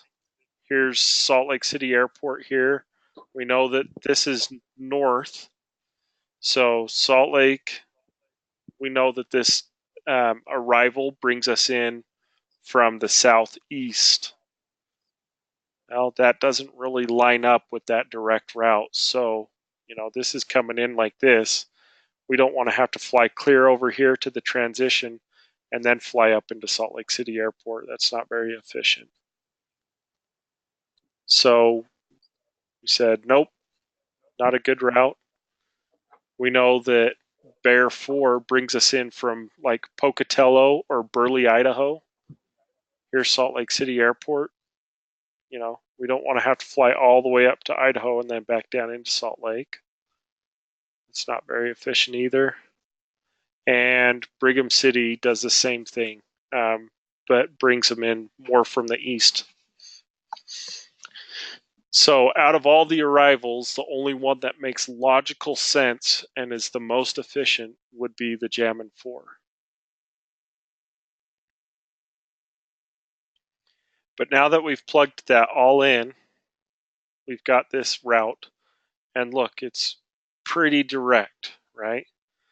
About as direct as we can get using jet routes and Victor routes.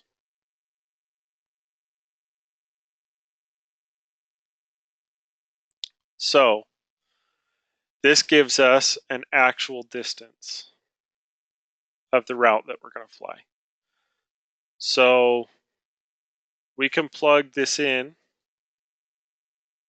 really quick to our time, rate, and distance equation and get a more accurate ETA. Okay, 576.8. So 577, we'll just round that number up. 577. 577 divided by 400 equals 1.44. We can times that by 0.6, I think. No. I'm sorry, 1.44 is what it came out to. So if we do the 0.44 and we multiply that by 60, that gives us our time in minutes. Remember? So we now, remember when we did our ETA the first time, we came up with 1 hour and 20 minutes. Now we have a little more accurate of a time with our increased distance of 126.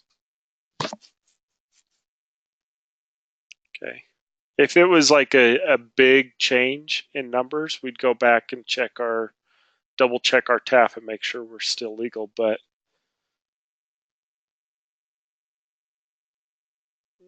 we know that we're good on that one.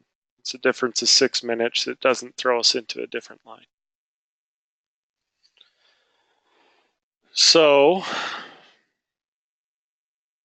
now that we have that, we go into our weight and balance forms. You guys remember doing weight and balance forms? Yes. Okay. Does everybody remember how to do them still?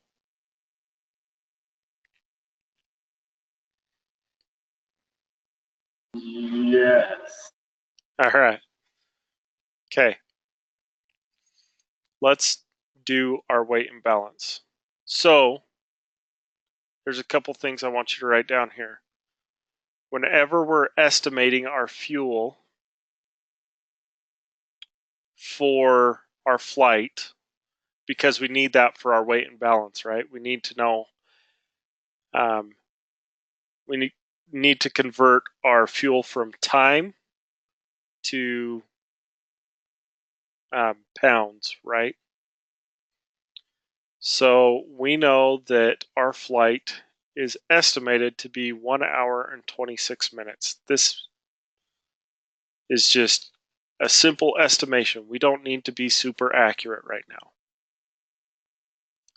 So it being 1 hour and 26 minutes, what we need to do is, when we're estimating fuel for the CRJ 700, the first hour, we estimate that we burn 4,000 pounds. The second hour and every hour after, so equal to or greater than, we estimate 3,000 pounds per hour. So, estimating our fuel, we've got 4,000 pounds for our first hour, and now we need to convert this 26 minutes into a weight. So let's do that really quick. Okay. 26.4. Or, well, let's just say 1 hour and 26 minutes. Okay. Let's not get too crazy with decimal points here. So,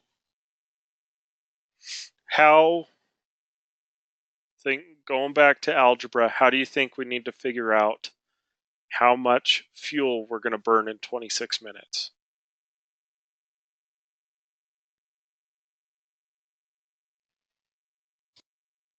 Take our 3,000 for the hour and divide by 26 minutes.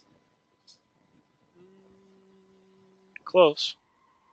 You would divide by 60 to determine how much is burned per minute and times it by 26.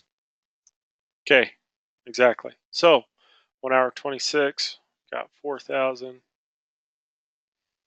And we know that we burn 3,000. So we just take this, divide it by 60. That gives us our how many pounds of fuel we're burning per minute.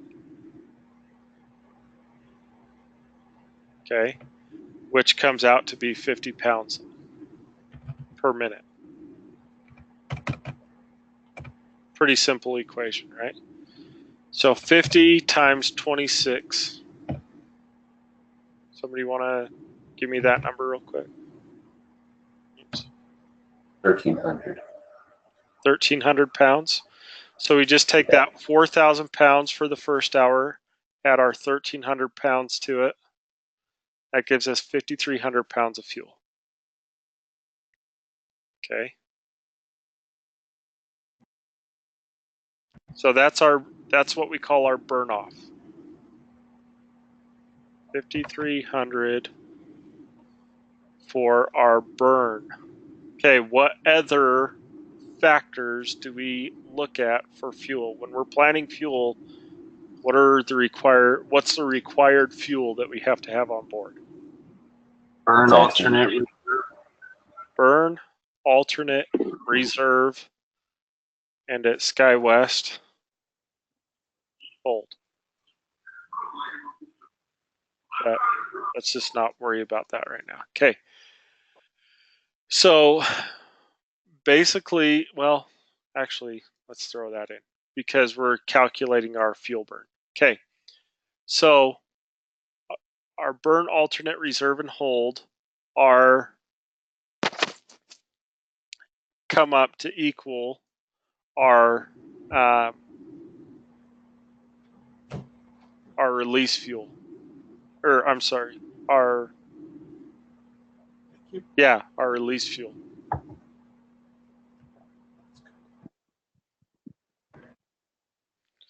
So alternate, do we have an alternate? No. Big old goose egg. Okay, reserve. We always do 45 minutes, and that 45 minutes, for some reason, our computer likes 2,500 pounds, okay? In this class, we're going to use 2,500 pounds, okay? And then hold fuel. Looking at the weather, we don't know what traffic's doing. We don't know anything ATC-wise, but looking at the weather, which is 90% of the time what we're going to be holding, what's going to cause us to hold, right? Do you see a reason to add any hold fuel? And in this class, I'm going to let you guys have a little free reign on that. I'm not going to tell you that you have to add hold fuel or that you don't have to add hold fuel, but let's think about this for half a second here. Flying into a hub is going to be a busy airport, so I would have had hold fuel if it were me. Okay. So we've got a busy airport, right? Do you guys remember the 4 factors for computing fuel?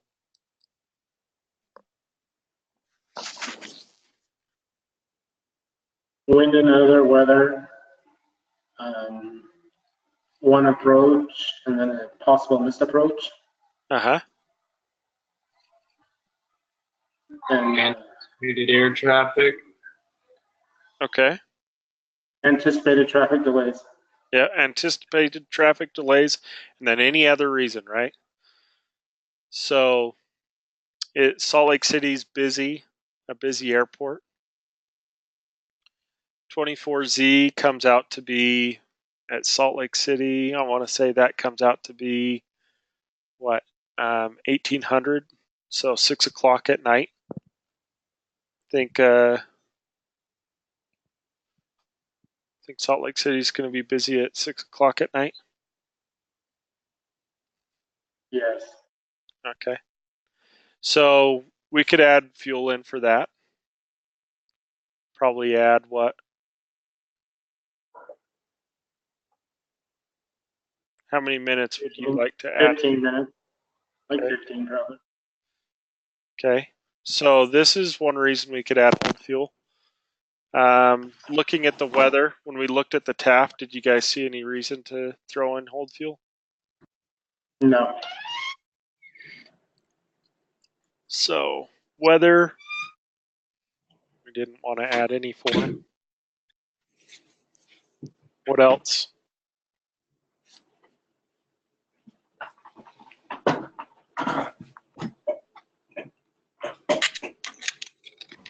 Account for a missed approach.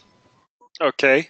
So when we account for a possible approach and an approach and possible missed approach at the destination, typically we're going to have this, right? That's going to be due to,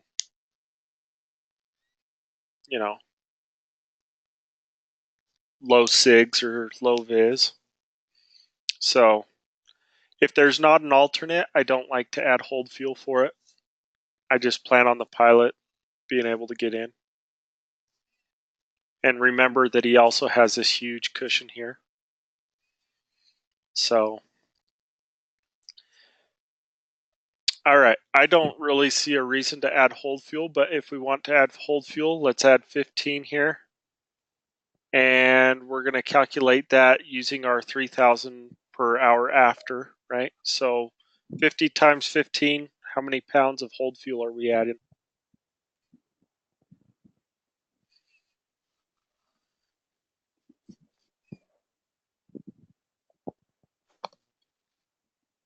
£750. Okay, 750. Okay, so we've determined this is how much fuel we're going to have on board. Okay, this is our estimated release fuel. So somebody add those up for me really quick. 53, 25, 750. 8,550. 8,550.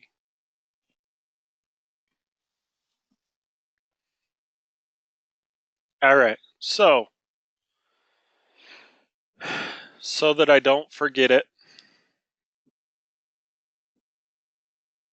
I'm going to throw that in here on my weight and balance chart because I forget things. And we're going to put that under here on the release fuel.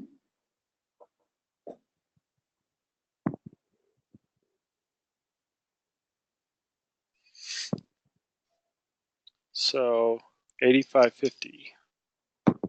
Oh, maybe, yeah. All right. So we've got our release fuel on there.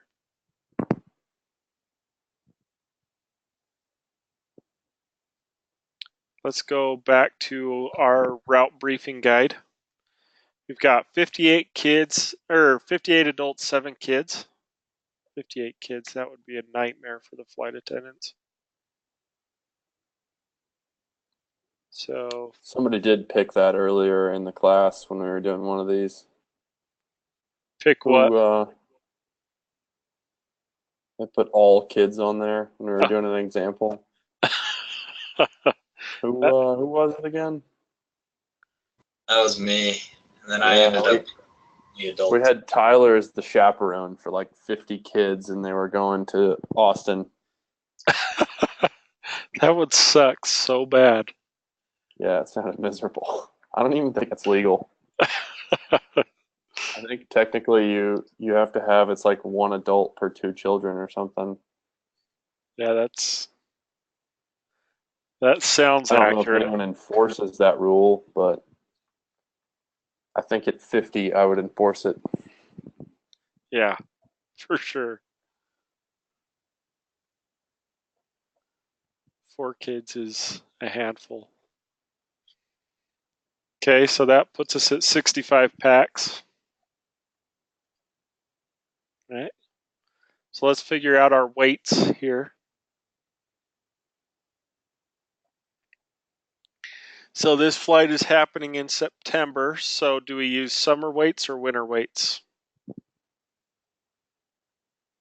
Still summer. Still summer, right? So from May 1st till October 31st, we're skinny people.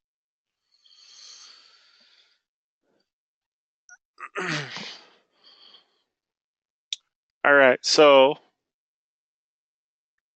65 passengers, 58 adults.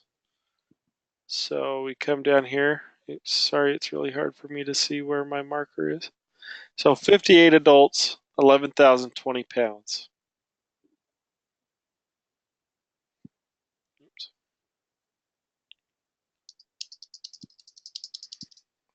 11,020.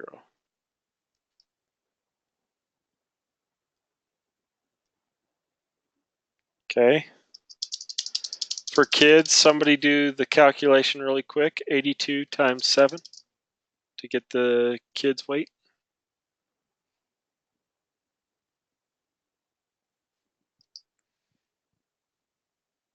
574. 574. Okay. And somebody add those together for me to get our total passenger weight.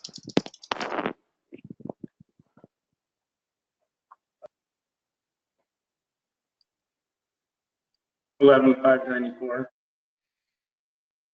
I probably should have looked at it before. I just sound like an idiot when it comes to math. I kind of am, but. Alrighty.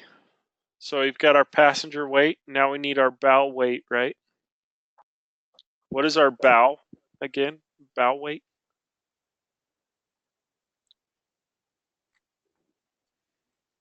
Like the base weight of the plane without all the added fuel and adults and children. Right, so our basic operating weight, right? So this is everything the plane needs to fly, minus passengers and cargo and fuel.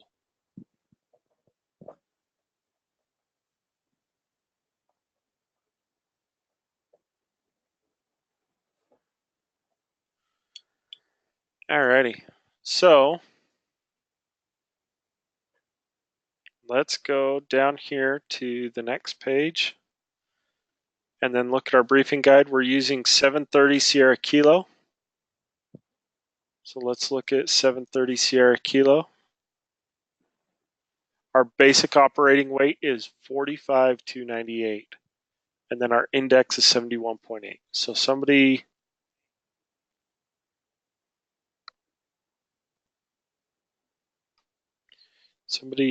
tell me or memorize that for me so that when I come back up here, I don't lose it.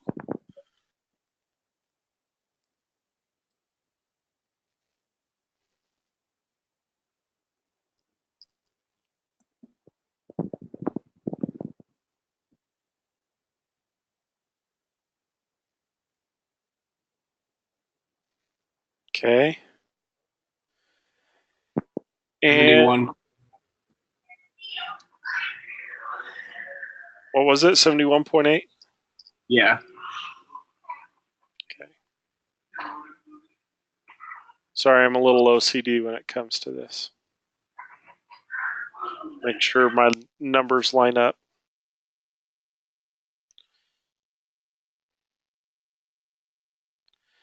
All right.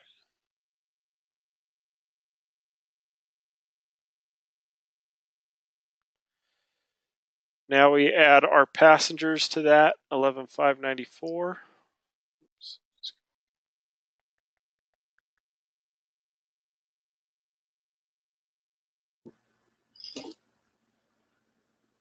Okay, and we need to figure out their index really quick. So let's go down to our PIN card.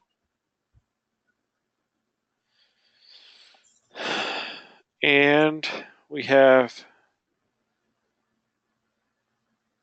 58 adults, 7 kids, and babies don't count.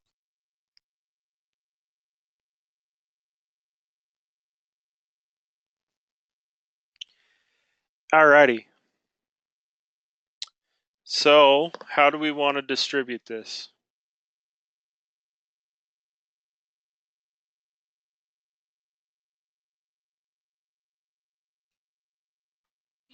Hey, I need to make some dinner for my kids. Can we take a break for just a second? Thanks for reminding me. I'm getting carried away. Yeah, let's take a 30-minute. Cool, thank you. Yep.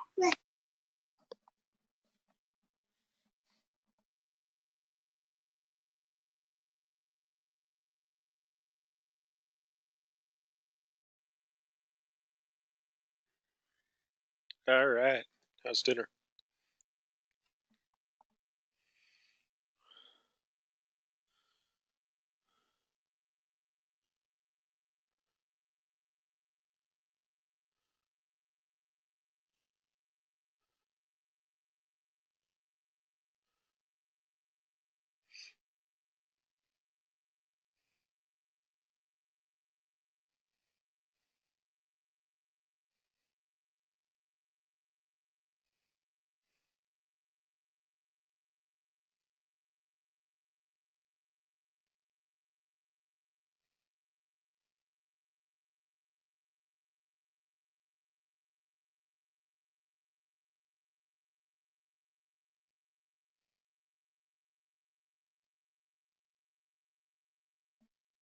Is anybody alive? Who's good? 7 layer game. Me. I'm here. back. Alrighty. Okay. We're going to do the rest of this weight and balance really quick, and then we're going to review the final. If everybody's okay with that.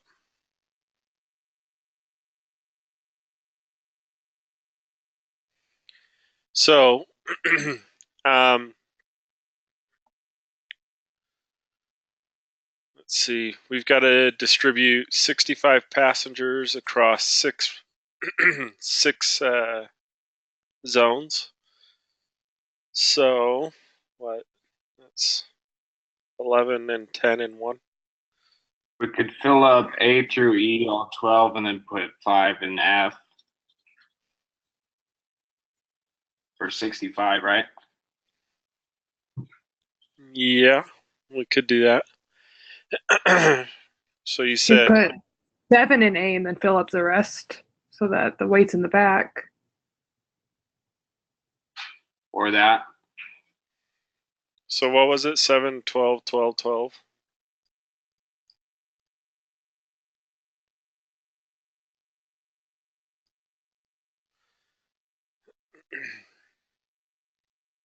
All right.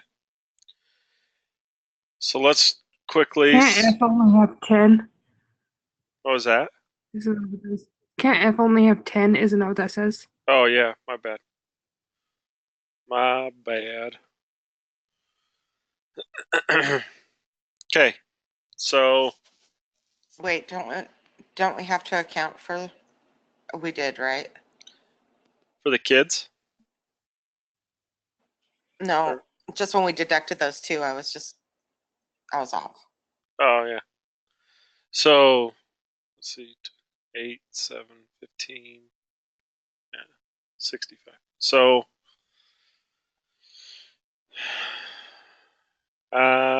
let's see here.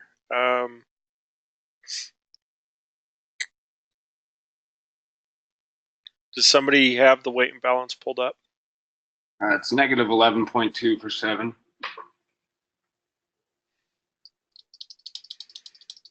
So 11.2.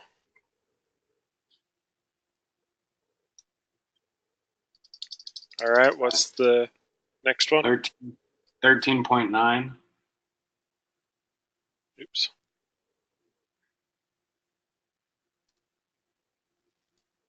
Okay. 8.5. Okay. 3.1. Next one. 2.8. And then 6.8.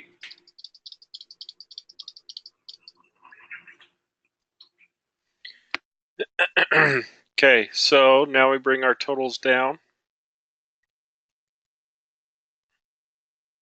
That gives us 65 passengers. I know this one's 9.6.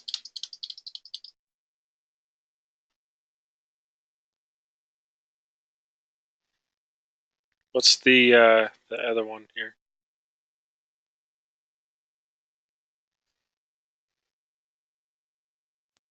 $36.7. How much? 36.7. Okay.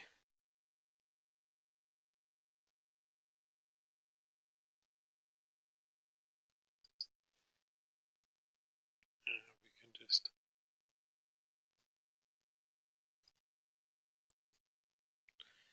So that bring the 9.6 down here. Let's go to 7. You might want Oh, I forgot to put the minus sign in front of this one. Sorry. So it gives us a minus what? 27.1. Okay. So minus 27.1.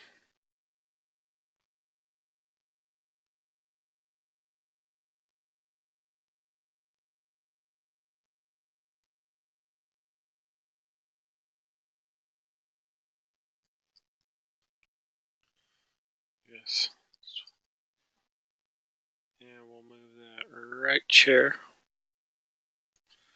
Okay. Now our cargo, we had 105 bags. And 31.50. 3150. Yeah. Alrighty then. So do we want to throw it all in the back? Yeah. Good choice.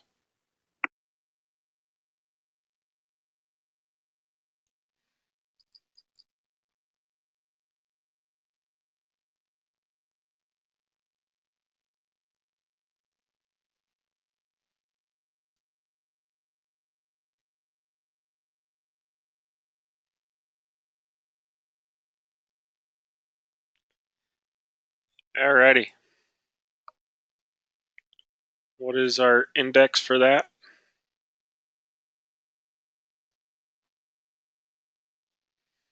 So cargo aft 3150 puts us at 20.1. Oh wait, hold on. 3150. Sorry, 20.9.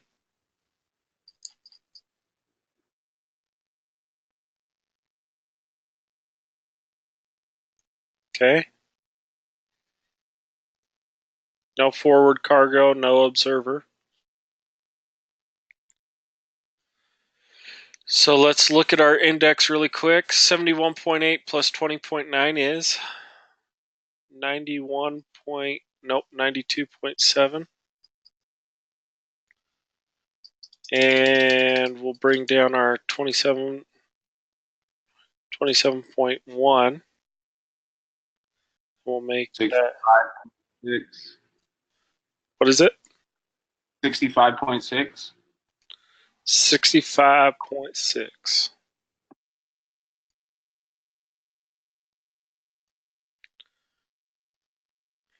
All right, let's add up our weights to get our zero fuel weight.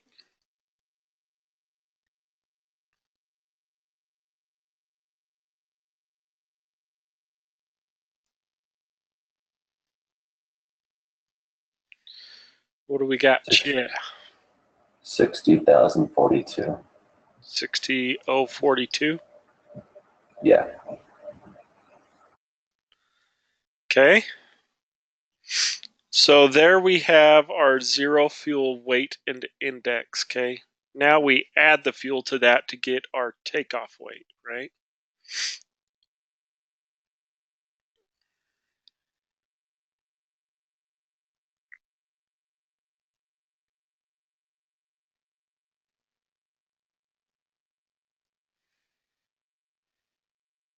All right. So 68,592. Yes.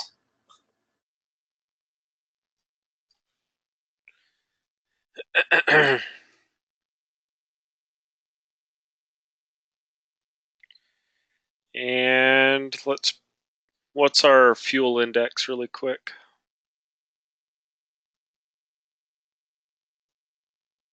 Would you round up for that one? The 85.50.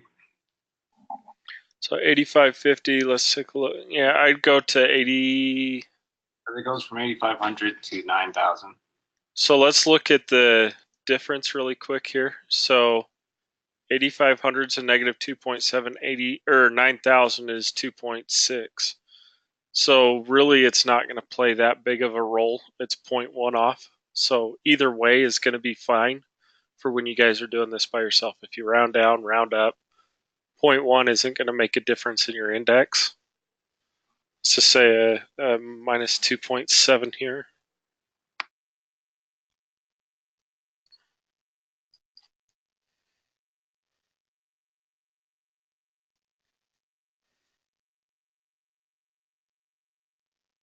A lot of times I like to round up, but like I said right here, let's not pick the pepper out of the fly, or pick the fly shit out of the pepper. Oh my gosh. So let's see here. 65.6, we just bring that down here. And then we go minus 2.7. 62.9. So our final index is going to be a 62.9.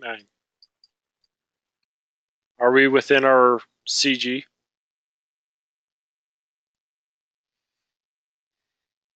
Hells yeah. Sorry if my swearing offends anybody. I'm a sailor, not a saint.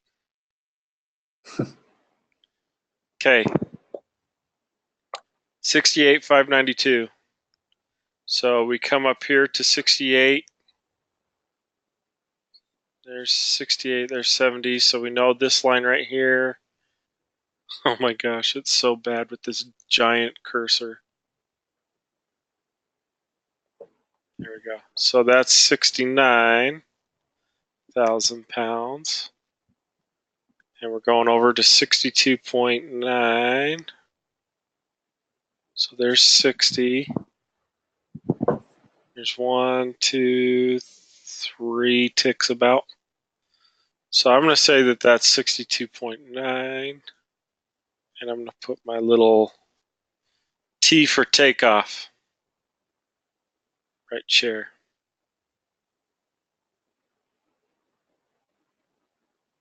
That gets me close enough, right? I can see that I'm within my CG limits. And then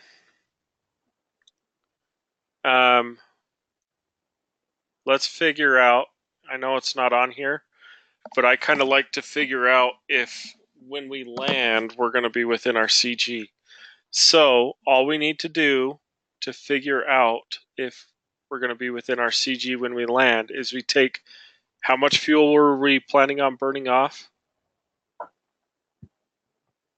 5,300 pounds. Yeah. So I take that,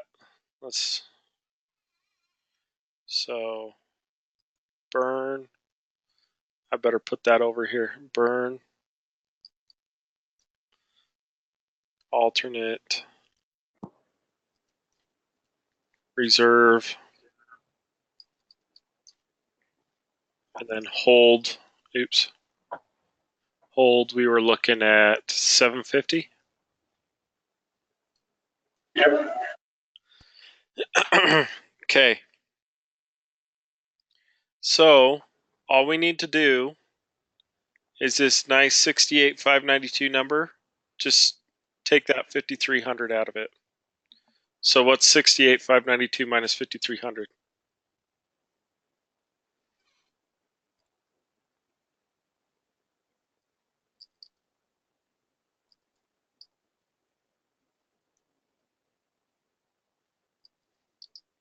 $63,292.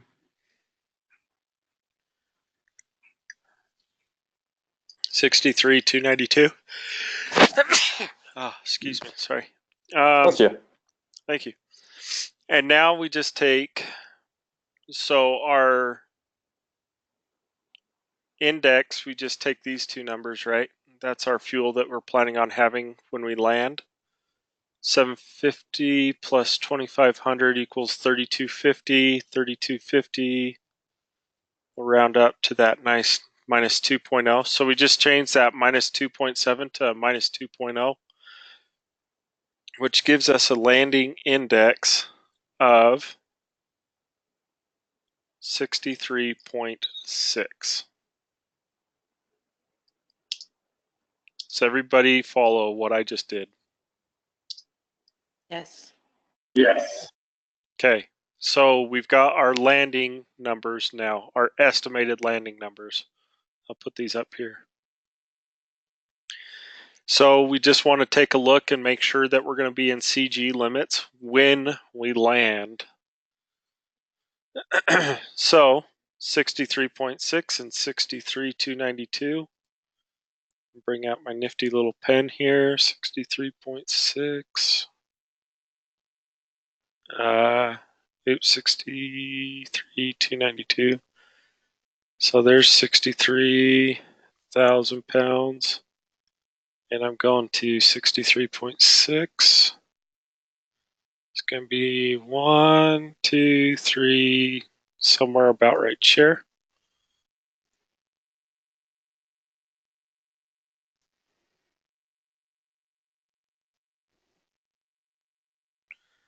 I can see that I'm within my CG on my landing. Does everybody feel good about weight and balance?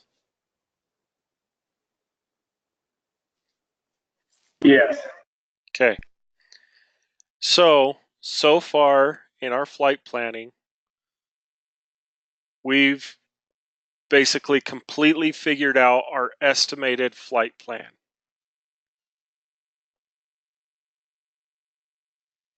So you guys have done like a simplified version of the flight plan. Do you guys feel like you could get to that point?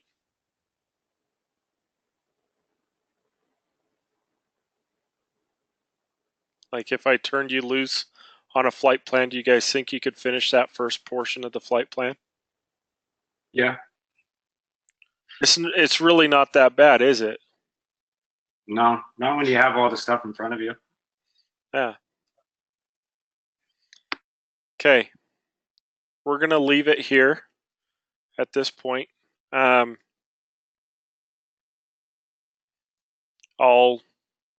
keep this all saved and set up so tomorrow we can pick up right where we left off. Okay. So this is the final quiz of your dispatch school careers. How do you guys feel about it?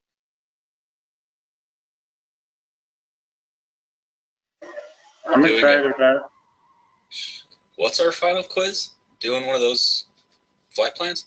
Oh, no, I guess this is your final, like, Final test prep? Okay. Yeah, final quiz.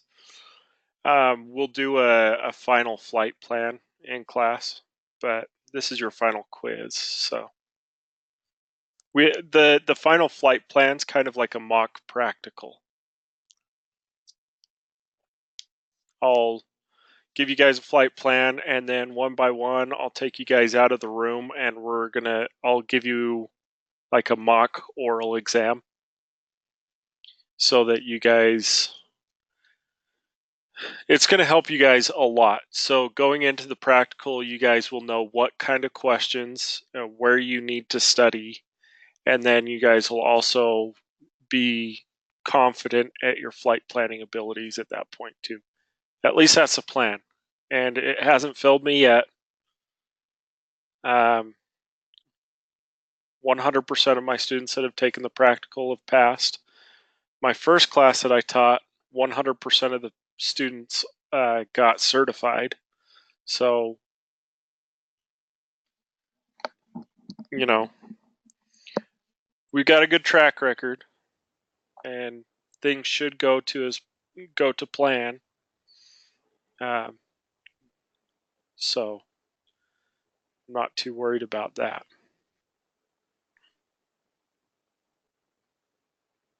So, that being said, the final quiz is a very good resource for you guys to go back to and prepare yourself for the practical. Okay. This is going to be across the board, just basic knowledge test. It's not going to be any of the charts or anything like that because that's covered in your flight planning portion of the practical. But as far as the oral part, this is a very good, solid base foundation for you guys to go back and look at. Does that make sense? Like, use this in your study. And it'll also help you guys in your interview as well. So, that being said, before we start, are there any questions?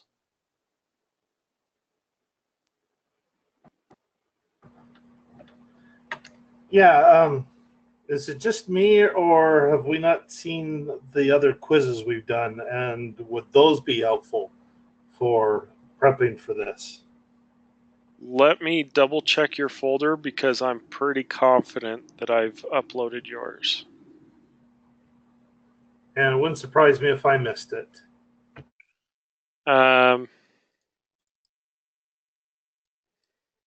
Yeah, all of yours are in there, so yes, those will all be helpful, and they will even be helpful for your studying of the final here that you guys will take tomorrow. So,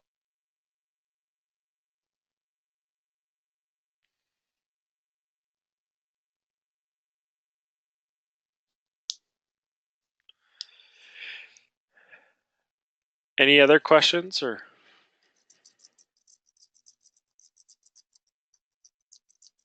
Sorry, it took a little while to get those graded.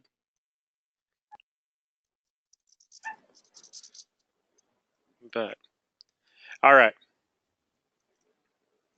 So let's go through this. Once again, it's just like all of our other quiz reviews. Take good notes, and you guys will pass the test, no problem. 100%. So,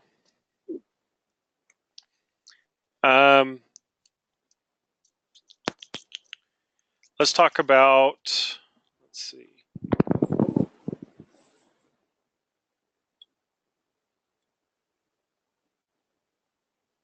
All right, so let's talk about surface visibility restrictions.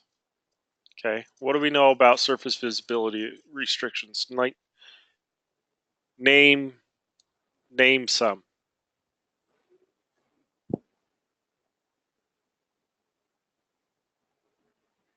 Somebody. Are you just meaning like fog and stuff like that? Yep. Whatever will obstruct the pilot's view of the surface. Rain, snow, dust.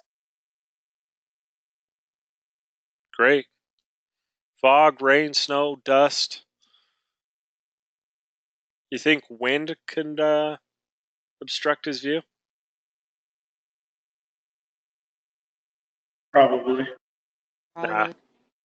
No, wind can't. That was a trick question. Wind's just air.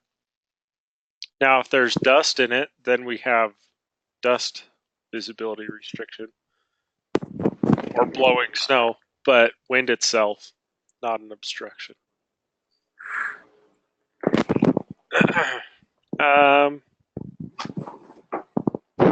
So when you're looking at that question, what you guys need to think about are weather phenomena, like weather phenomenon only. Okay.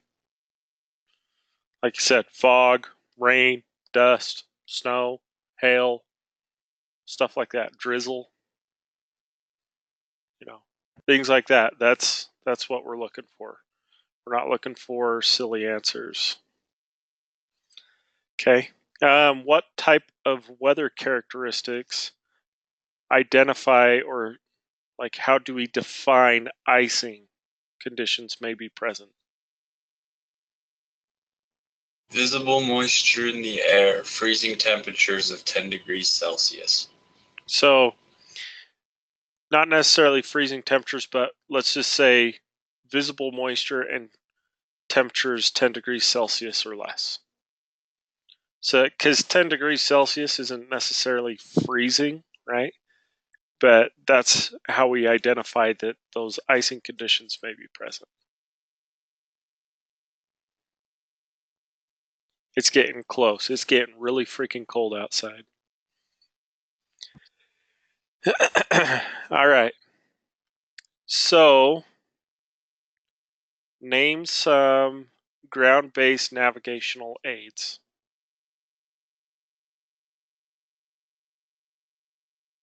VOR, DME, and vortex. Okay.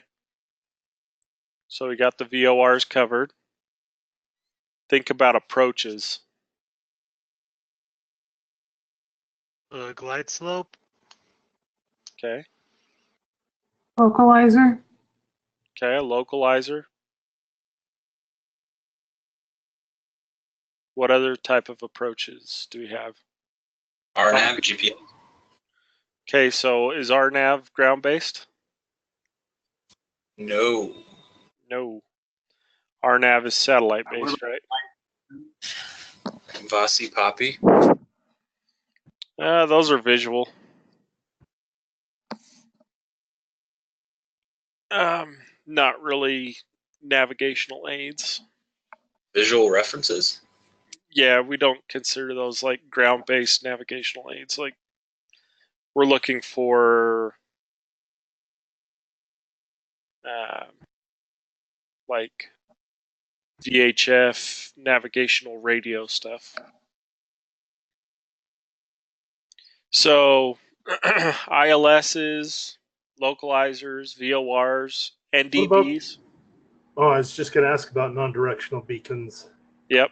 It's on the ground and it provides some sort of navigational aid, right?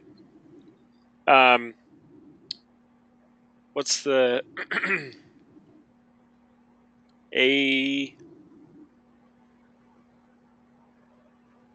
ALS? No. I can't. I've gapped it. I don't know what's going on. DME is. Think about So would LDA already be covered in one of these that we've already mentioned, or would that be a separate? LDA. Yeah, LDA would be a ground-based navigational aid, right? It's providing a lateral direction to the runway. Yeah, any of those. Okay. Once again, you got the LDA, ILS, localizer, VOR, NDB, DME, any of those that are based on the ground. We already talked about RNAV. Is GPS ground based? No. No. GPS stands for Global Positioning Satellite, right? What about RNP?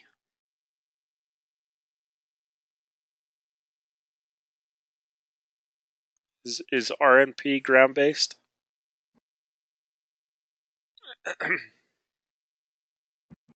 No, it's not. It's satellite. So, there you go. All right. So,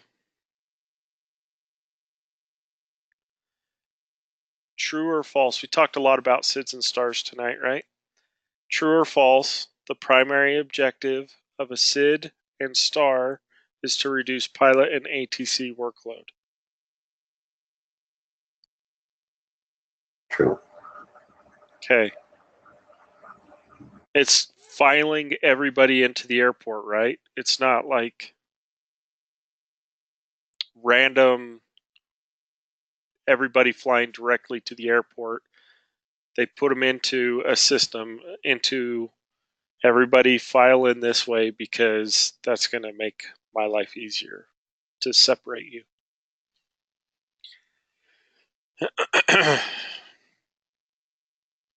We also talked about precision and non-precision approaches. What is a precision approach?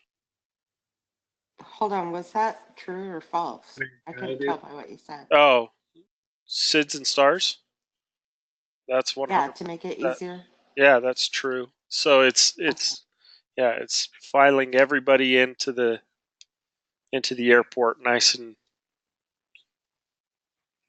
organized.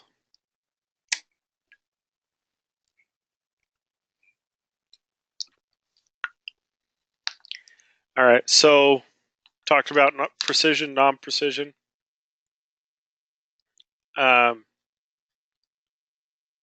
What is a precision approach? Is it a system guided or a what? Like a system guided, like an instrument system? Nope. Or does it have both of them be the lateral and vertical working together? Yep. So it's a precision approach provides both lateral and vertical guidance, and a non-precision approach only provides lateral guidance.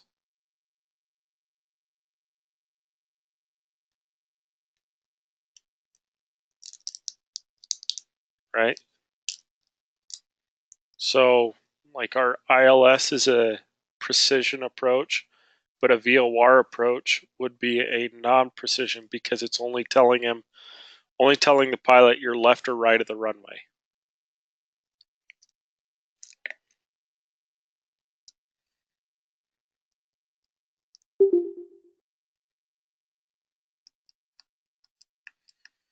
All right. Everybody good there?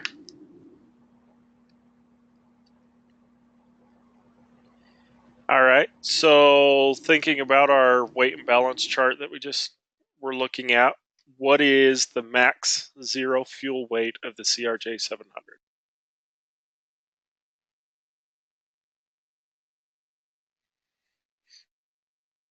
63,000 pounds. Not quite. The combined equipment the combined weight of the equipment, the passengers, and cargo. Oh, just looking for the exact number. Sorry. 45,298. Nope.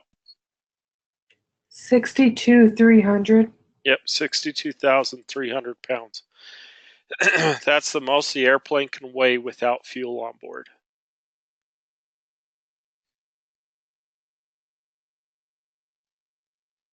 So 62,300 pounds.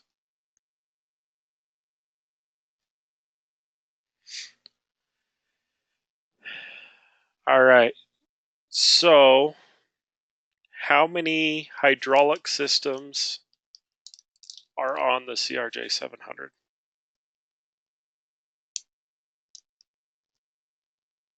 3, and they each have 2 parts. All right. There are 3 hydraulic systems, and each have 2 pumps. An A and a B pump, right? So you've got 3A, you got 1A, 1A, 1B, 2A and 2B, and then 3A and 3B. Good? So 3 systems, 2 pumps, right?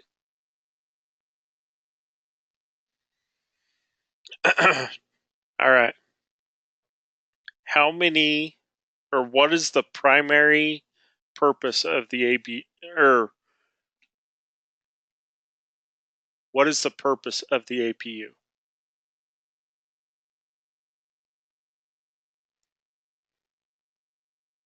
Bleed air for engine starting and backup power for the IDG. Good. So it has 2 purposes, right? It is the bleed air for engine starting. It provides bleed air for engine starting, and it is the backup to backup power source, right? Just like you said. Perfect. And that's the auxiliary, right? Yep, that's the APU or auxiliary power unit.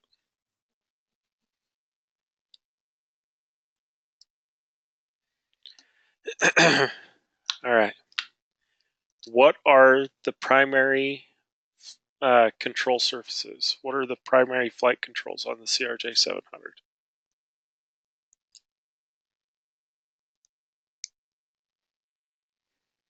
Elevator, ailerons, rudder, and multifunctional spoiler. Good. You got ailerons, elevators, rudder, and multifunction spoilerons. Right? There's four primary flight controls.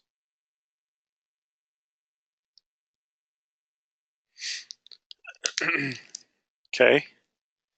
Talked about the max zero fuel weight. What is the max takeoff weight of the CRJ 700? 75,000 pounds. Okay, good.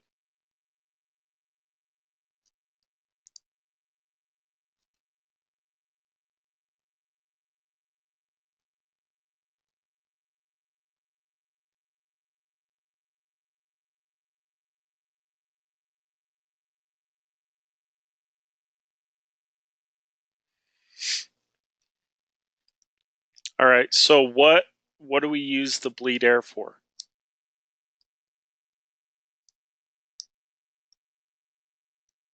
Engine start and to de-ice the leading edges of the front engine cowls and the wings, leading edge of the wings. Yep. So what do we consider wings? Is it just the 2 things sticking out the side of the airplane? And on atop the rudder, or the tail. I mean.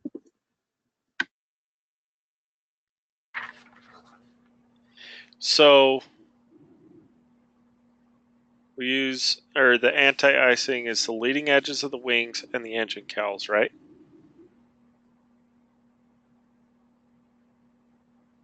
Good.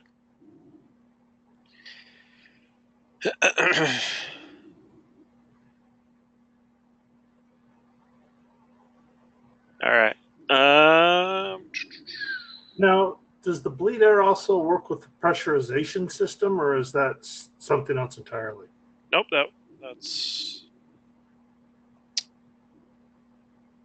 that is part of the bleed air system.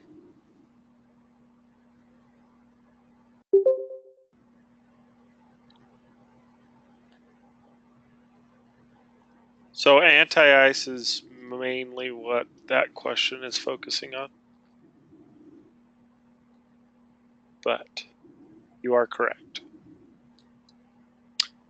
All right, so let's say we have an MEL for an AC pack or air conditioning pack. What is the altitude restriction? 31,000 feet. 31,000 feet.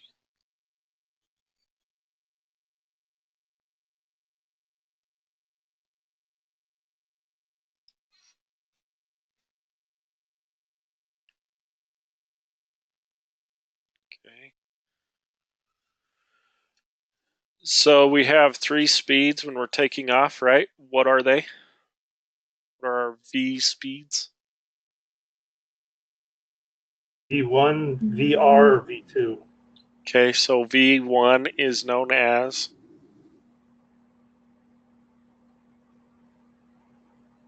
Is that one decision speed? Yep, that's our that's our takeoff decision speed. So VR is our next one. So VR, what is that? Rollout. What? Rotation. Yeah. So R VR rotate. VR rotate. See the trick there? VR is our takeoff rotation speed. V2 is The takeoff safety speed. takeoff safety speed. So you guys remember what takeoff safety speed means? Like, why is that our safety speed?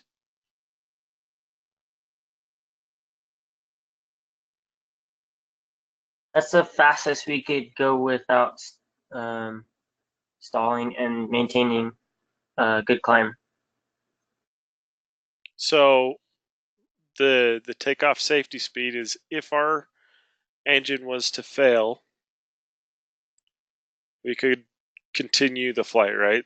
So this is the speed at which we can continue to climb, right?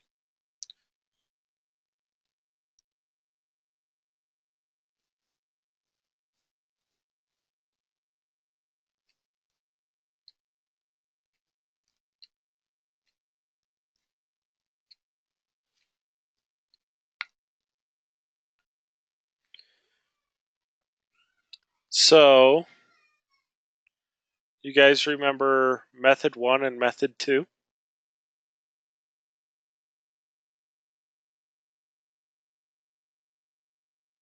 Yes, no? Yeah, it's method 1's where you return back to your Method 2 is the return, and then method 1. Nope, there's no returning in method 1 and method 2. Is that the 2,000 feet with 5 miles on each side? Okay, yep. That's to the destination. No, that's to the alternate, and then 1,000 and 5 miles on each side to the destination. Yep. So either way, we're flying to the destination, right? So with method 1, we are expecting an engine to fail during what part?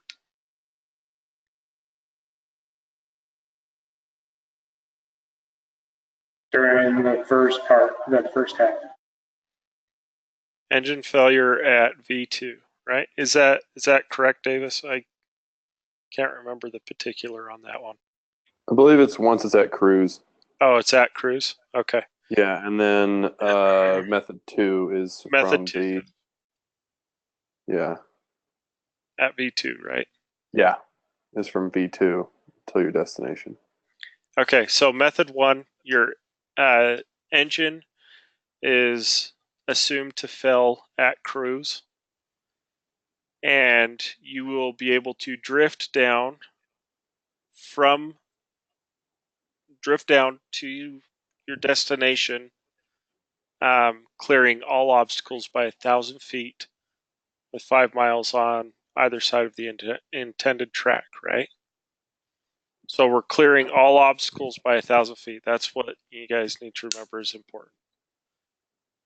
So fly the entire route, one engine in op, and clear all obstacles by 1,000 feet, right? Everybody good there? Yes. Method two, there are what we call drift down alternates. So if the engine fails at V2, we have to clear all obstacles by 2,000 feet with 5 miles on either side of the intended track with one engine on op, and there are drift down alternates. So we can't make it all the way down to our destination. Like we can't make it to the destination with the one engine in op and clear all obstacles by 2,000 feet. So method one, fly entire route with one engine in op and clear all obstacles by 1,000 feet. Has everybody got method one down?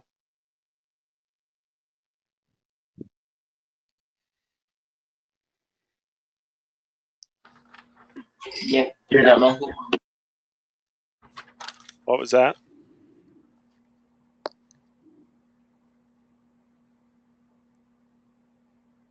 Okay. We're good. All right. So let's see. What are some different methods that air traffic control uses to manage air traffic? Ground delay program, minutes in trail, miles in trail, ground stop. Okay, good. Flow programs, right? Those are a good one. Stars, SIDS, right? All of those. Playbooks, CDRs, all used to help air traffic control, right?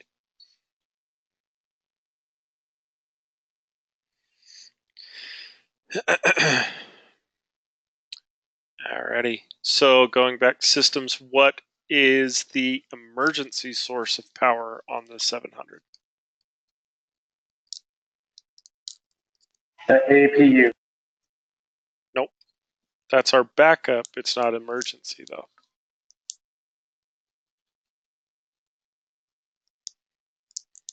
Is that the ADG? Yeah. ADG. What does that stand for? I don't remember. Air-driven generator. Good. So it's the air-driven generator, ADG. Remember, that's the little windmill that pops out of the nose. Produces just enough power to provide the pilots with the most essential things that they need to fly the airplane down to the most essential systems. Okay. All right. What is the max speed we can fly below 10,000 feet?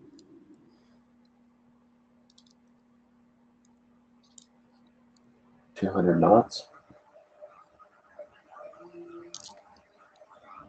That's below underlying Class B.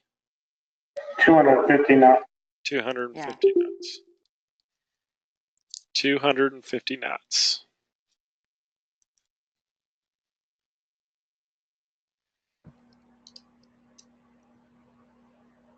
Alrighty.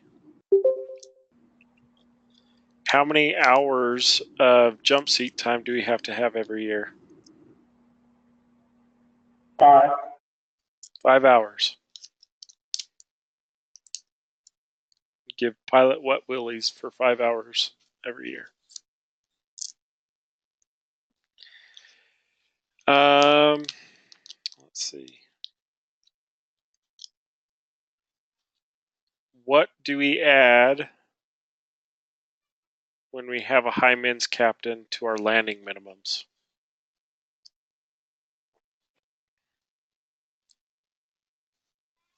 100 and a half. 100 and a half. Okay. 100 and a half. 100 and a half. Remember that.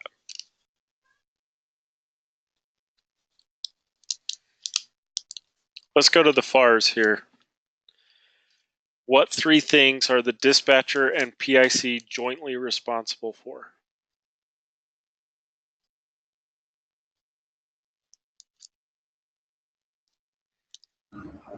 Operation control.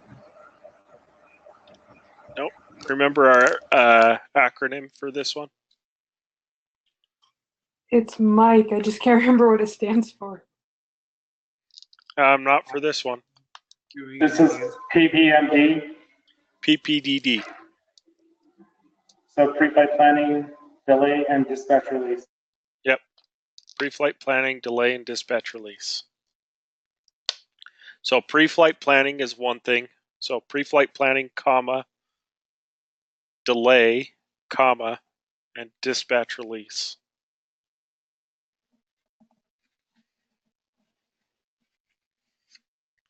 Alrighty. What 3 things are is the dispatcher solely responsible for? This one's Mike. That's Mike. Monitoring the progress of the flight. Any information to the pilots for emergencies and canceling or dispatching a flight. Yep. So monitor the progress of each flight. Issue any information regarding the safety of the flight. And then cancel or redispatch.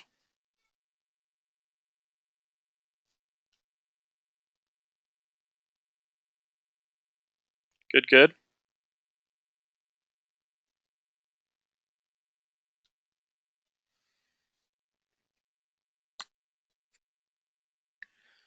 All right. When do we require an alternate? Always. Except or 1, 2, unless. 3.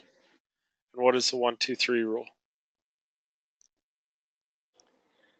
3 miles of visibility, 2,000 foot ceiling. Oh, I can't even remember that last one.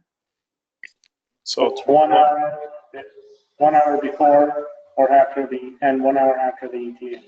Yep. So 1 hour before and after the ETA, 2,000 foot ceilings, 3 miles visibility.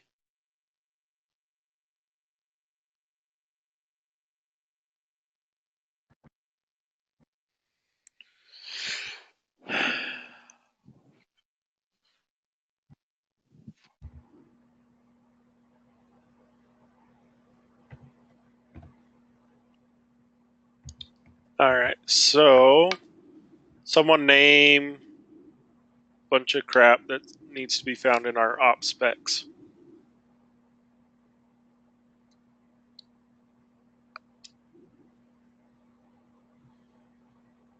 All the airports, company name, company address, any other names company's been operates as, all the IDs of planes. Okay. What about address of all the pilots?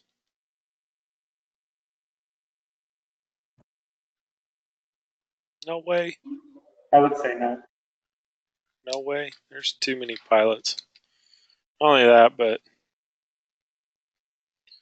it's not really business essential, right? For the FAA.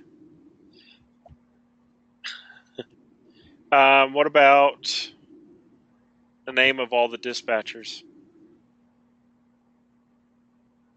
No. Nah. No. The serial numbers of all the airplanes. Yep. So you said name of the companies we do business as, or DBA, right? Reference to economic authority. Yep. Address of the primary headquarter, right? Exemptions to any FARs, right? So if there's something that the FAA said you can do that goes against what the FAR says, we need to have that in there, right? Talked about the list of all of our airplanes. And then you guys remember what C-70 is? All the cities we fly to.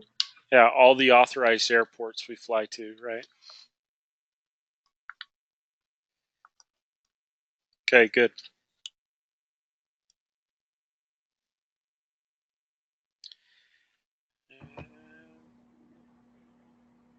What are the 4 factors for computing fuel according to the FARs?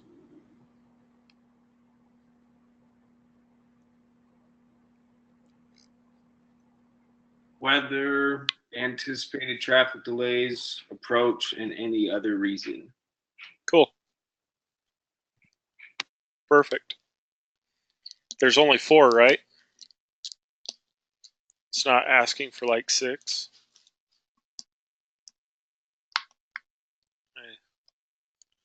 I clearly said 4 factors, so you nailed it.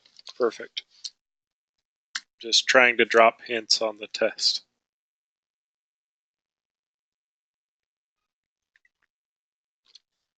All right. According to the FARs, what are the fuel requirements for a domestic flight? And I want the definition. I don't want the abbreviation. I want the actual verbiage.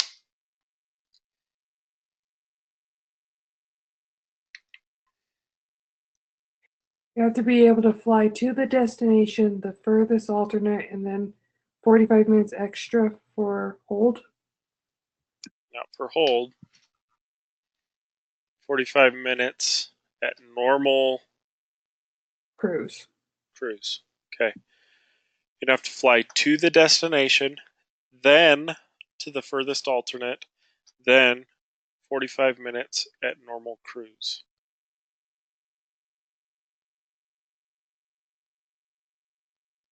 Okay. According to the FARs, when do we require a takeoff alternate?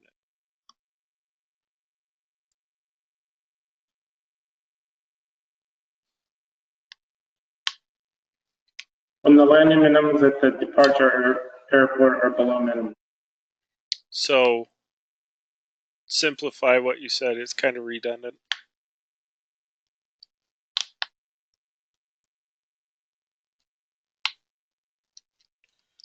When the airport is below landing minimums. Yeah, when the departure alternate is below takeoff or below landing minimums, right? Not takeoff minimums, below landing minimums. Be careful there.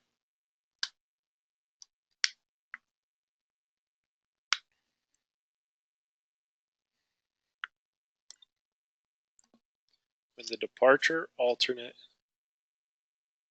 No. Oh my gosh. Departure airport. When the departure airport is below landing minimums. Okay.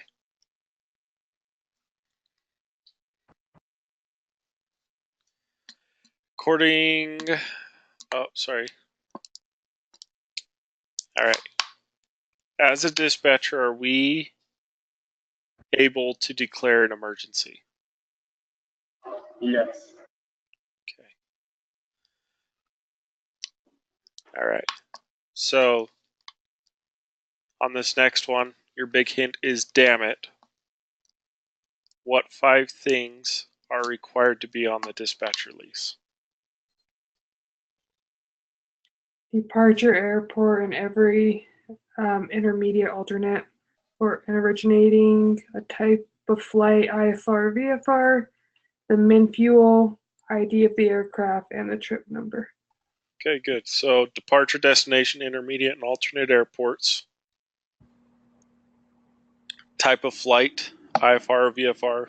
Minimum fuel supply, ID number or tail number of the aircraft, and then trip or flight number.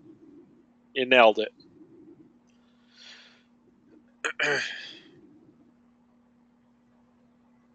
Okay, what three things must the pilot in command carry with him on board the aircraft to the destination?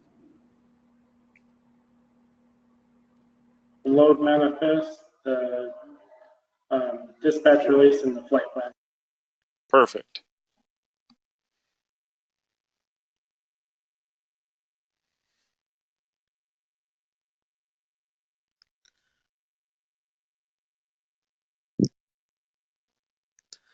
You guys feel comfortable decoding NOTAMs?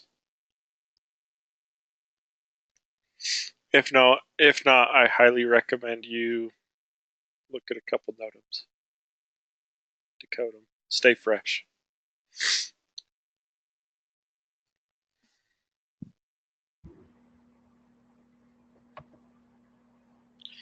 All right, a couple more questions. What is operational control? The authority to initiate, change, or cancel a flight. Close. Or exercising that authority, I guess. Exercise the authority over initiating, terminating, and canceling a flight. Or conducting, I'm sorry. Initiate, terminate, conduct. Not cancel, conduct.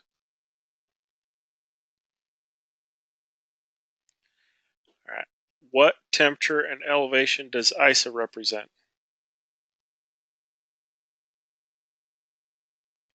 15 degrees at sea level. Okay, good.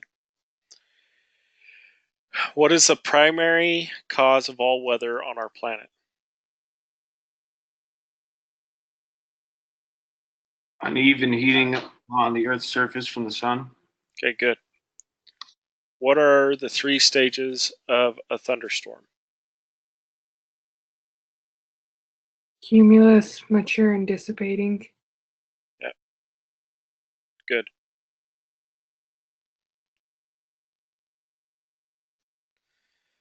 All right. How often are TAFs issued?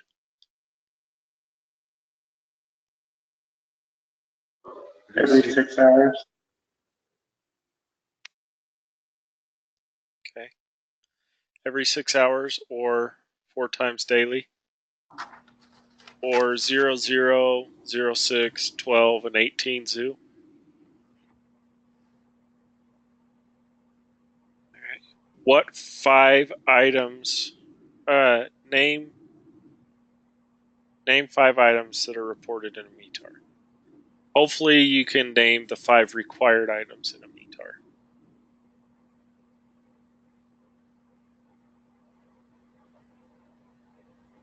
Date and time, sky condition, temperature and dew point, and Wind. Okay. Altimeter setting. altimeter setting. So the 5 required items are your wind, speed, and direction. Your, oh man, I kind of need to look at one. Okay, wind, speed, and direction. Your visibility, sky condition, altimeter setting, and your temperature dew point, right? Those are the 5 required. Wind, viz, sky condition, temp dew point, and altimeter setting.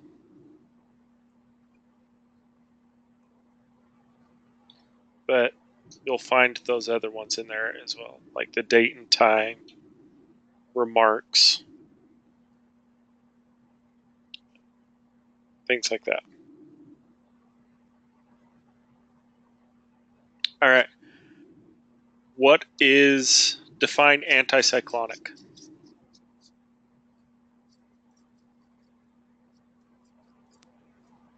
Clockwise rotation Okay. in the northern hemisphere. Yep. Clockwise rotation in the northern hemisphere. Good. Name. Is that a wind or it's just rotation? Just rotation. Okay. So, whenever there's a weather, clockwise rotation would be anticyclonic. A counterclockwise would be only cyclonic, right? Not anti.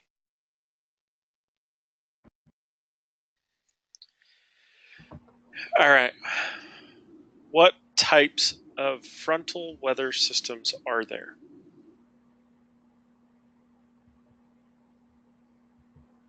Are you talking about the 4 different ones? Like cold, warm, occluded, and stationary? Yeah. Okay. There's also a trough, right? Troughs and ridges.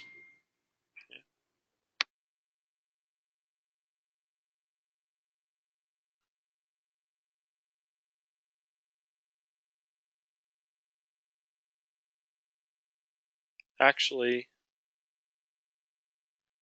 I don't think those are considered fronts. Davis. Troughs and ridges, those are just high pressure and low pressure systems. So That's it wouldn't right. really be a front. That's right. Yeah, thinking back on it, I was just like, wait a second. No.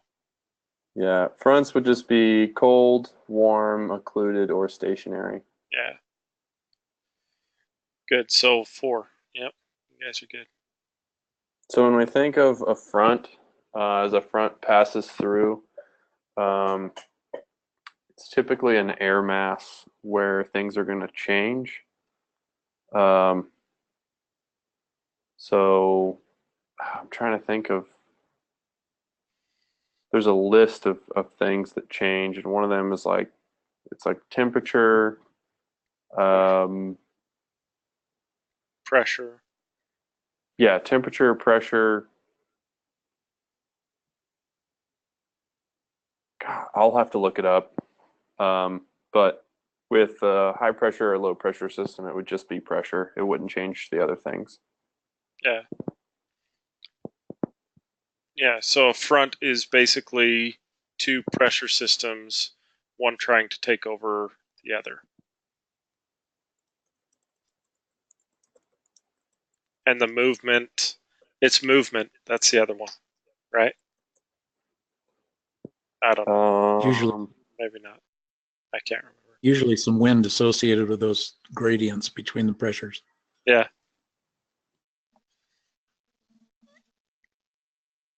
I'm looking it up now. All right. Let me know.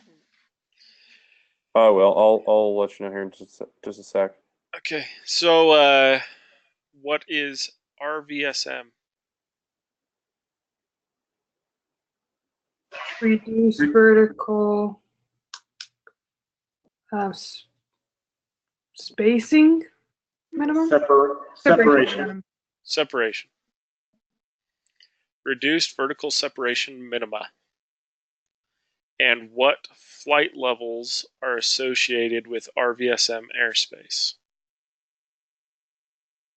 Flight level 290 to flight level 4.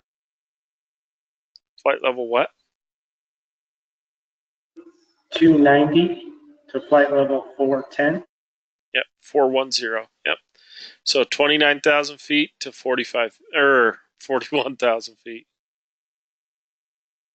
Okay, I found it. It's wind direction. That was the third. Okay, there we go. So it's temperature, pressure, and wind direction. So I was kind of close on the. Yeah, no, yeah, you were right there. So like as you're on the ground, I actually think about this as when I was learning this, the day I actually learned about fronts, I also went hunting that afternoon. And we had looked on the map and we knew that a cold pressure system or a cold front was coming through. Not a cold pressure system. Wow. A cold front was coming through. And so I actually went hunting that afternoon after class and was sitting out there, and it was like beautiful weather when I sat down. And after about 3 hours, the wind went from, because I remember being worried about the wind because I didn't want anything to be downwind of me. So I set up in a spot where nothing was going to be downwind of me. And then there wasn't really many clouds in the sky, and it was fairly hot. And sat down, and then within about an hour, the temperature starts dropping pretty rapidly. Clouds start coming over, and the wind completely switched directions, and my entire hunting trip was basically like just blown up by this front change. I ended up being freezing cold. Everything was downwind of me, and the weather completely changed. So that's how I always remember that. Blew you out of there. Oh yeah, I mean, that was it. As soon as I realized what was going on, I was like, okay, well, this is done. And I started getting like really cold, and left.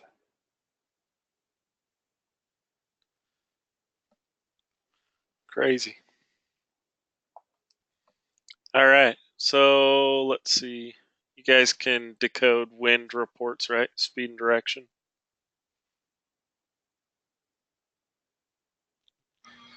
Yeah. Okay.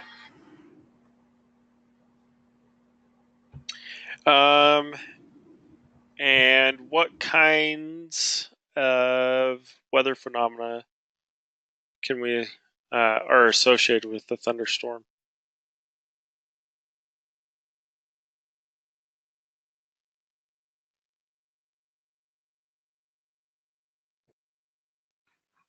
Hail and lightning. Okay.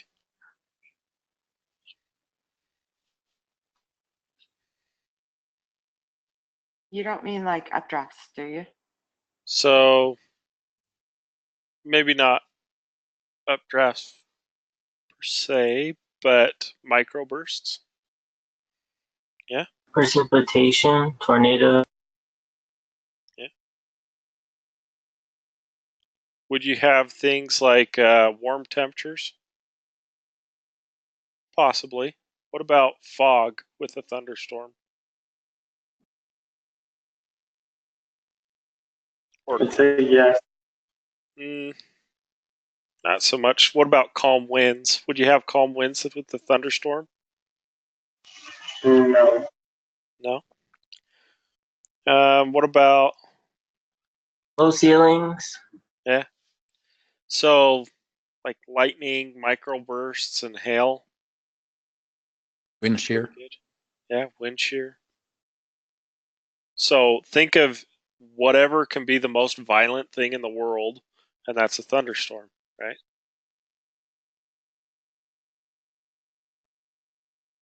They're not stable. They're not calm. They're violent. Alrighty. There you go. We went over. Sorry about that, but you guys are now thoroughly prepared to take your final.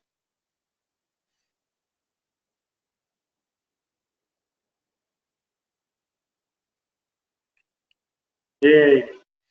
All right. Any questions about tomorrow?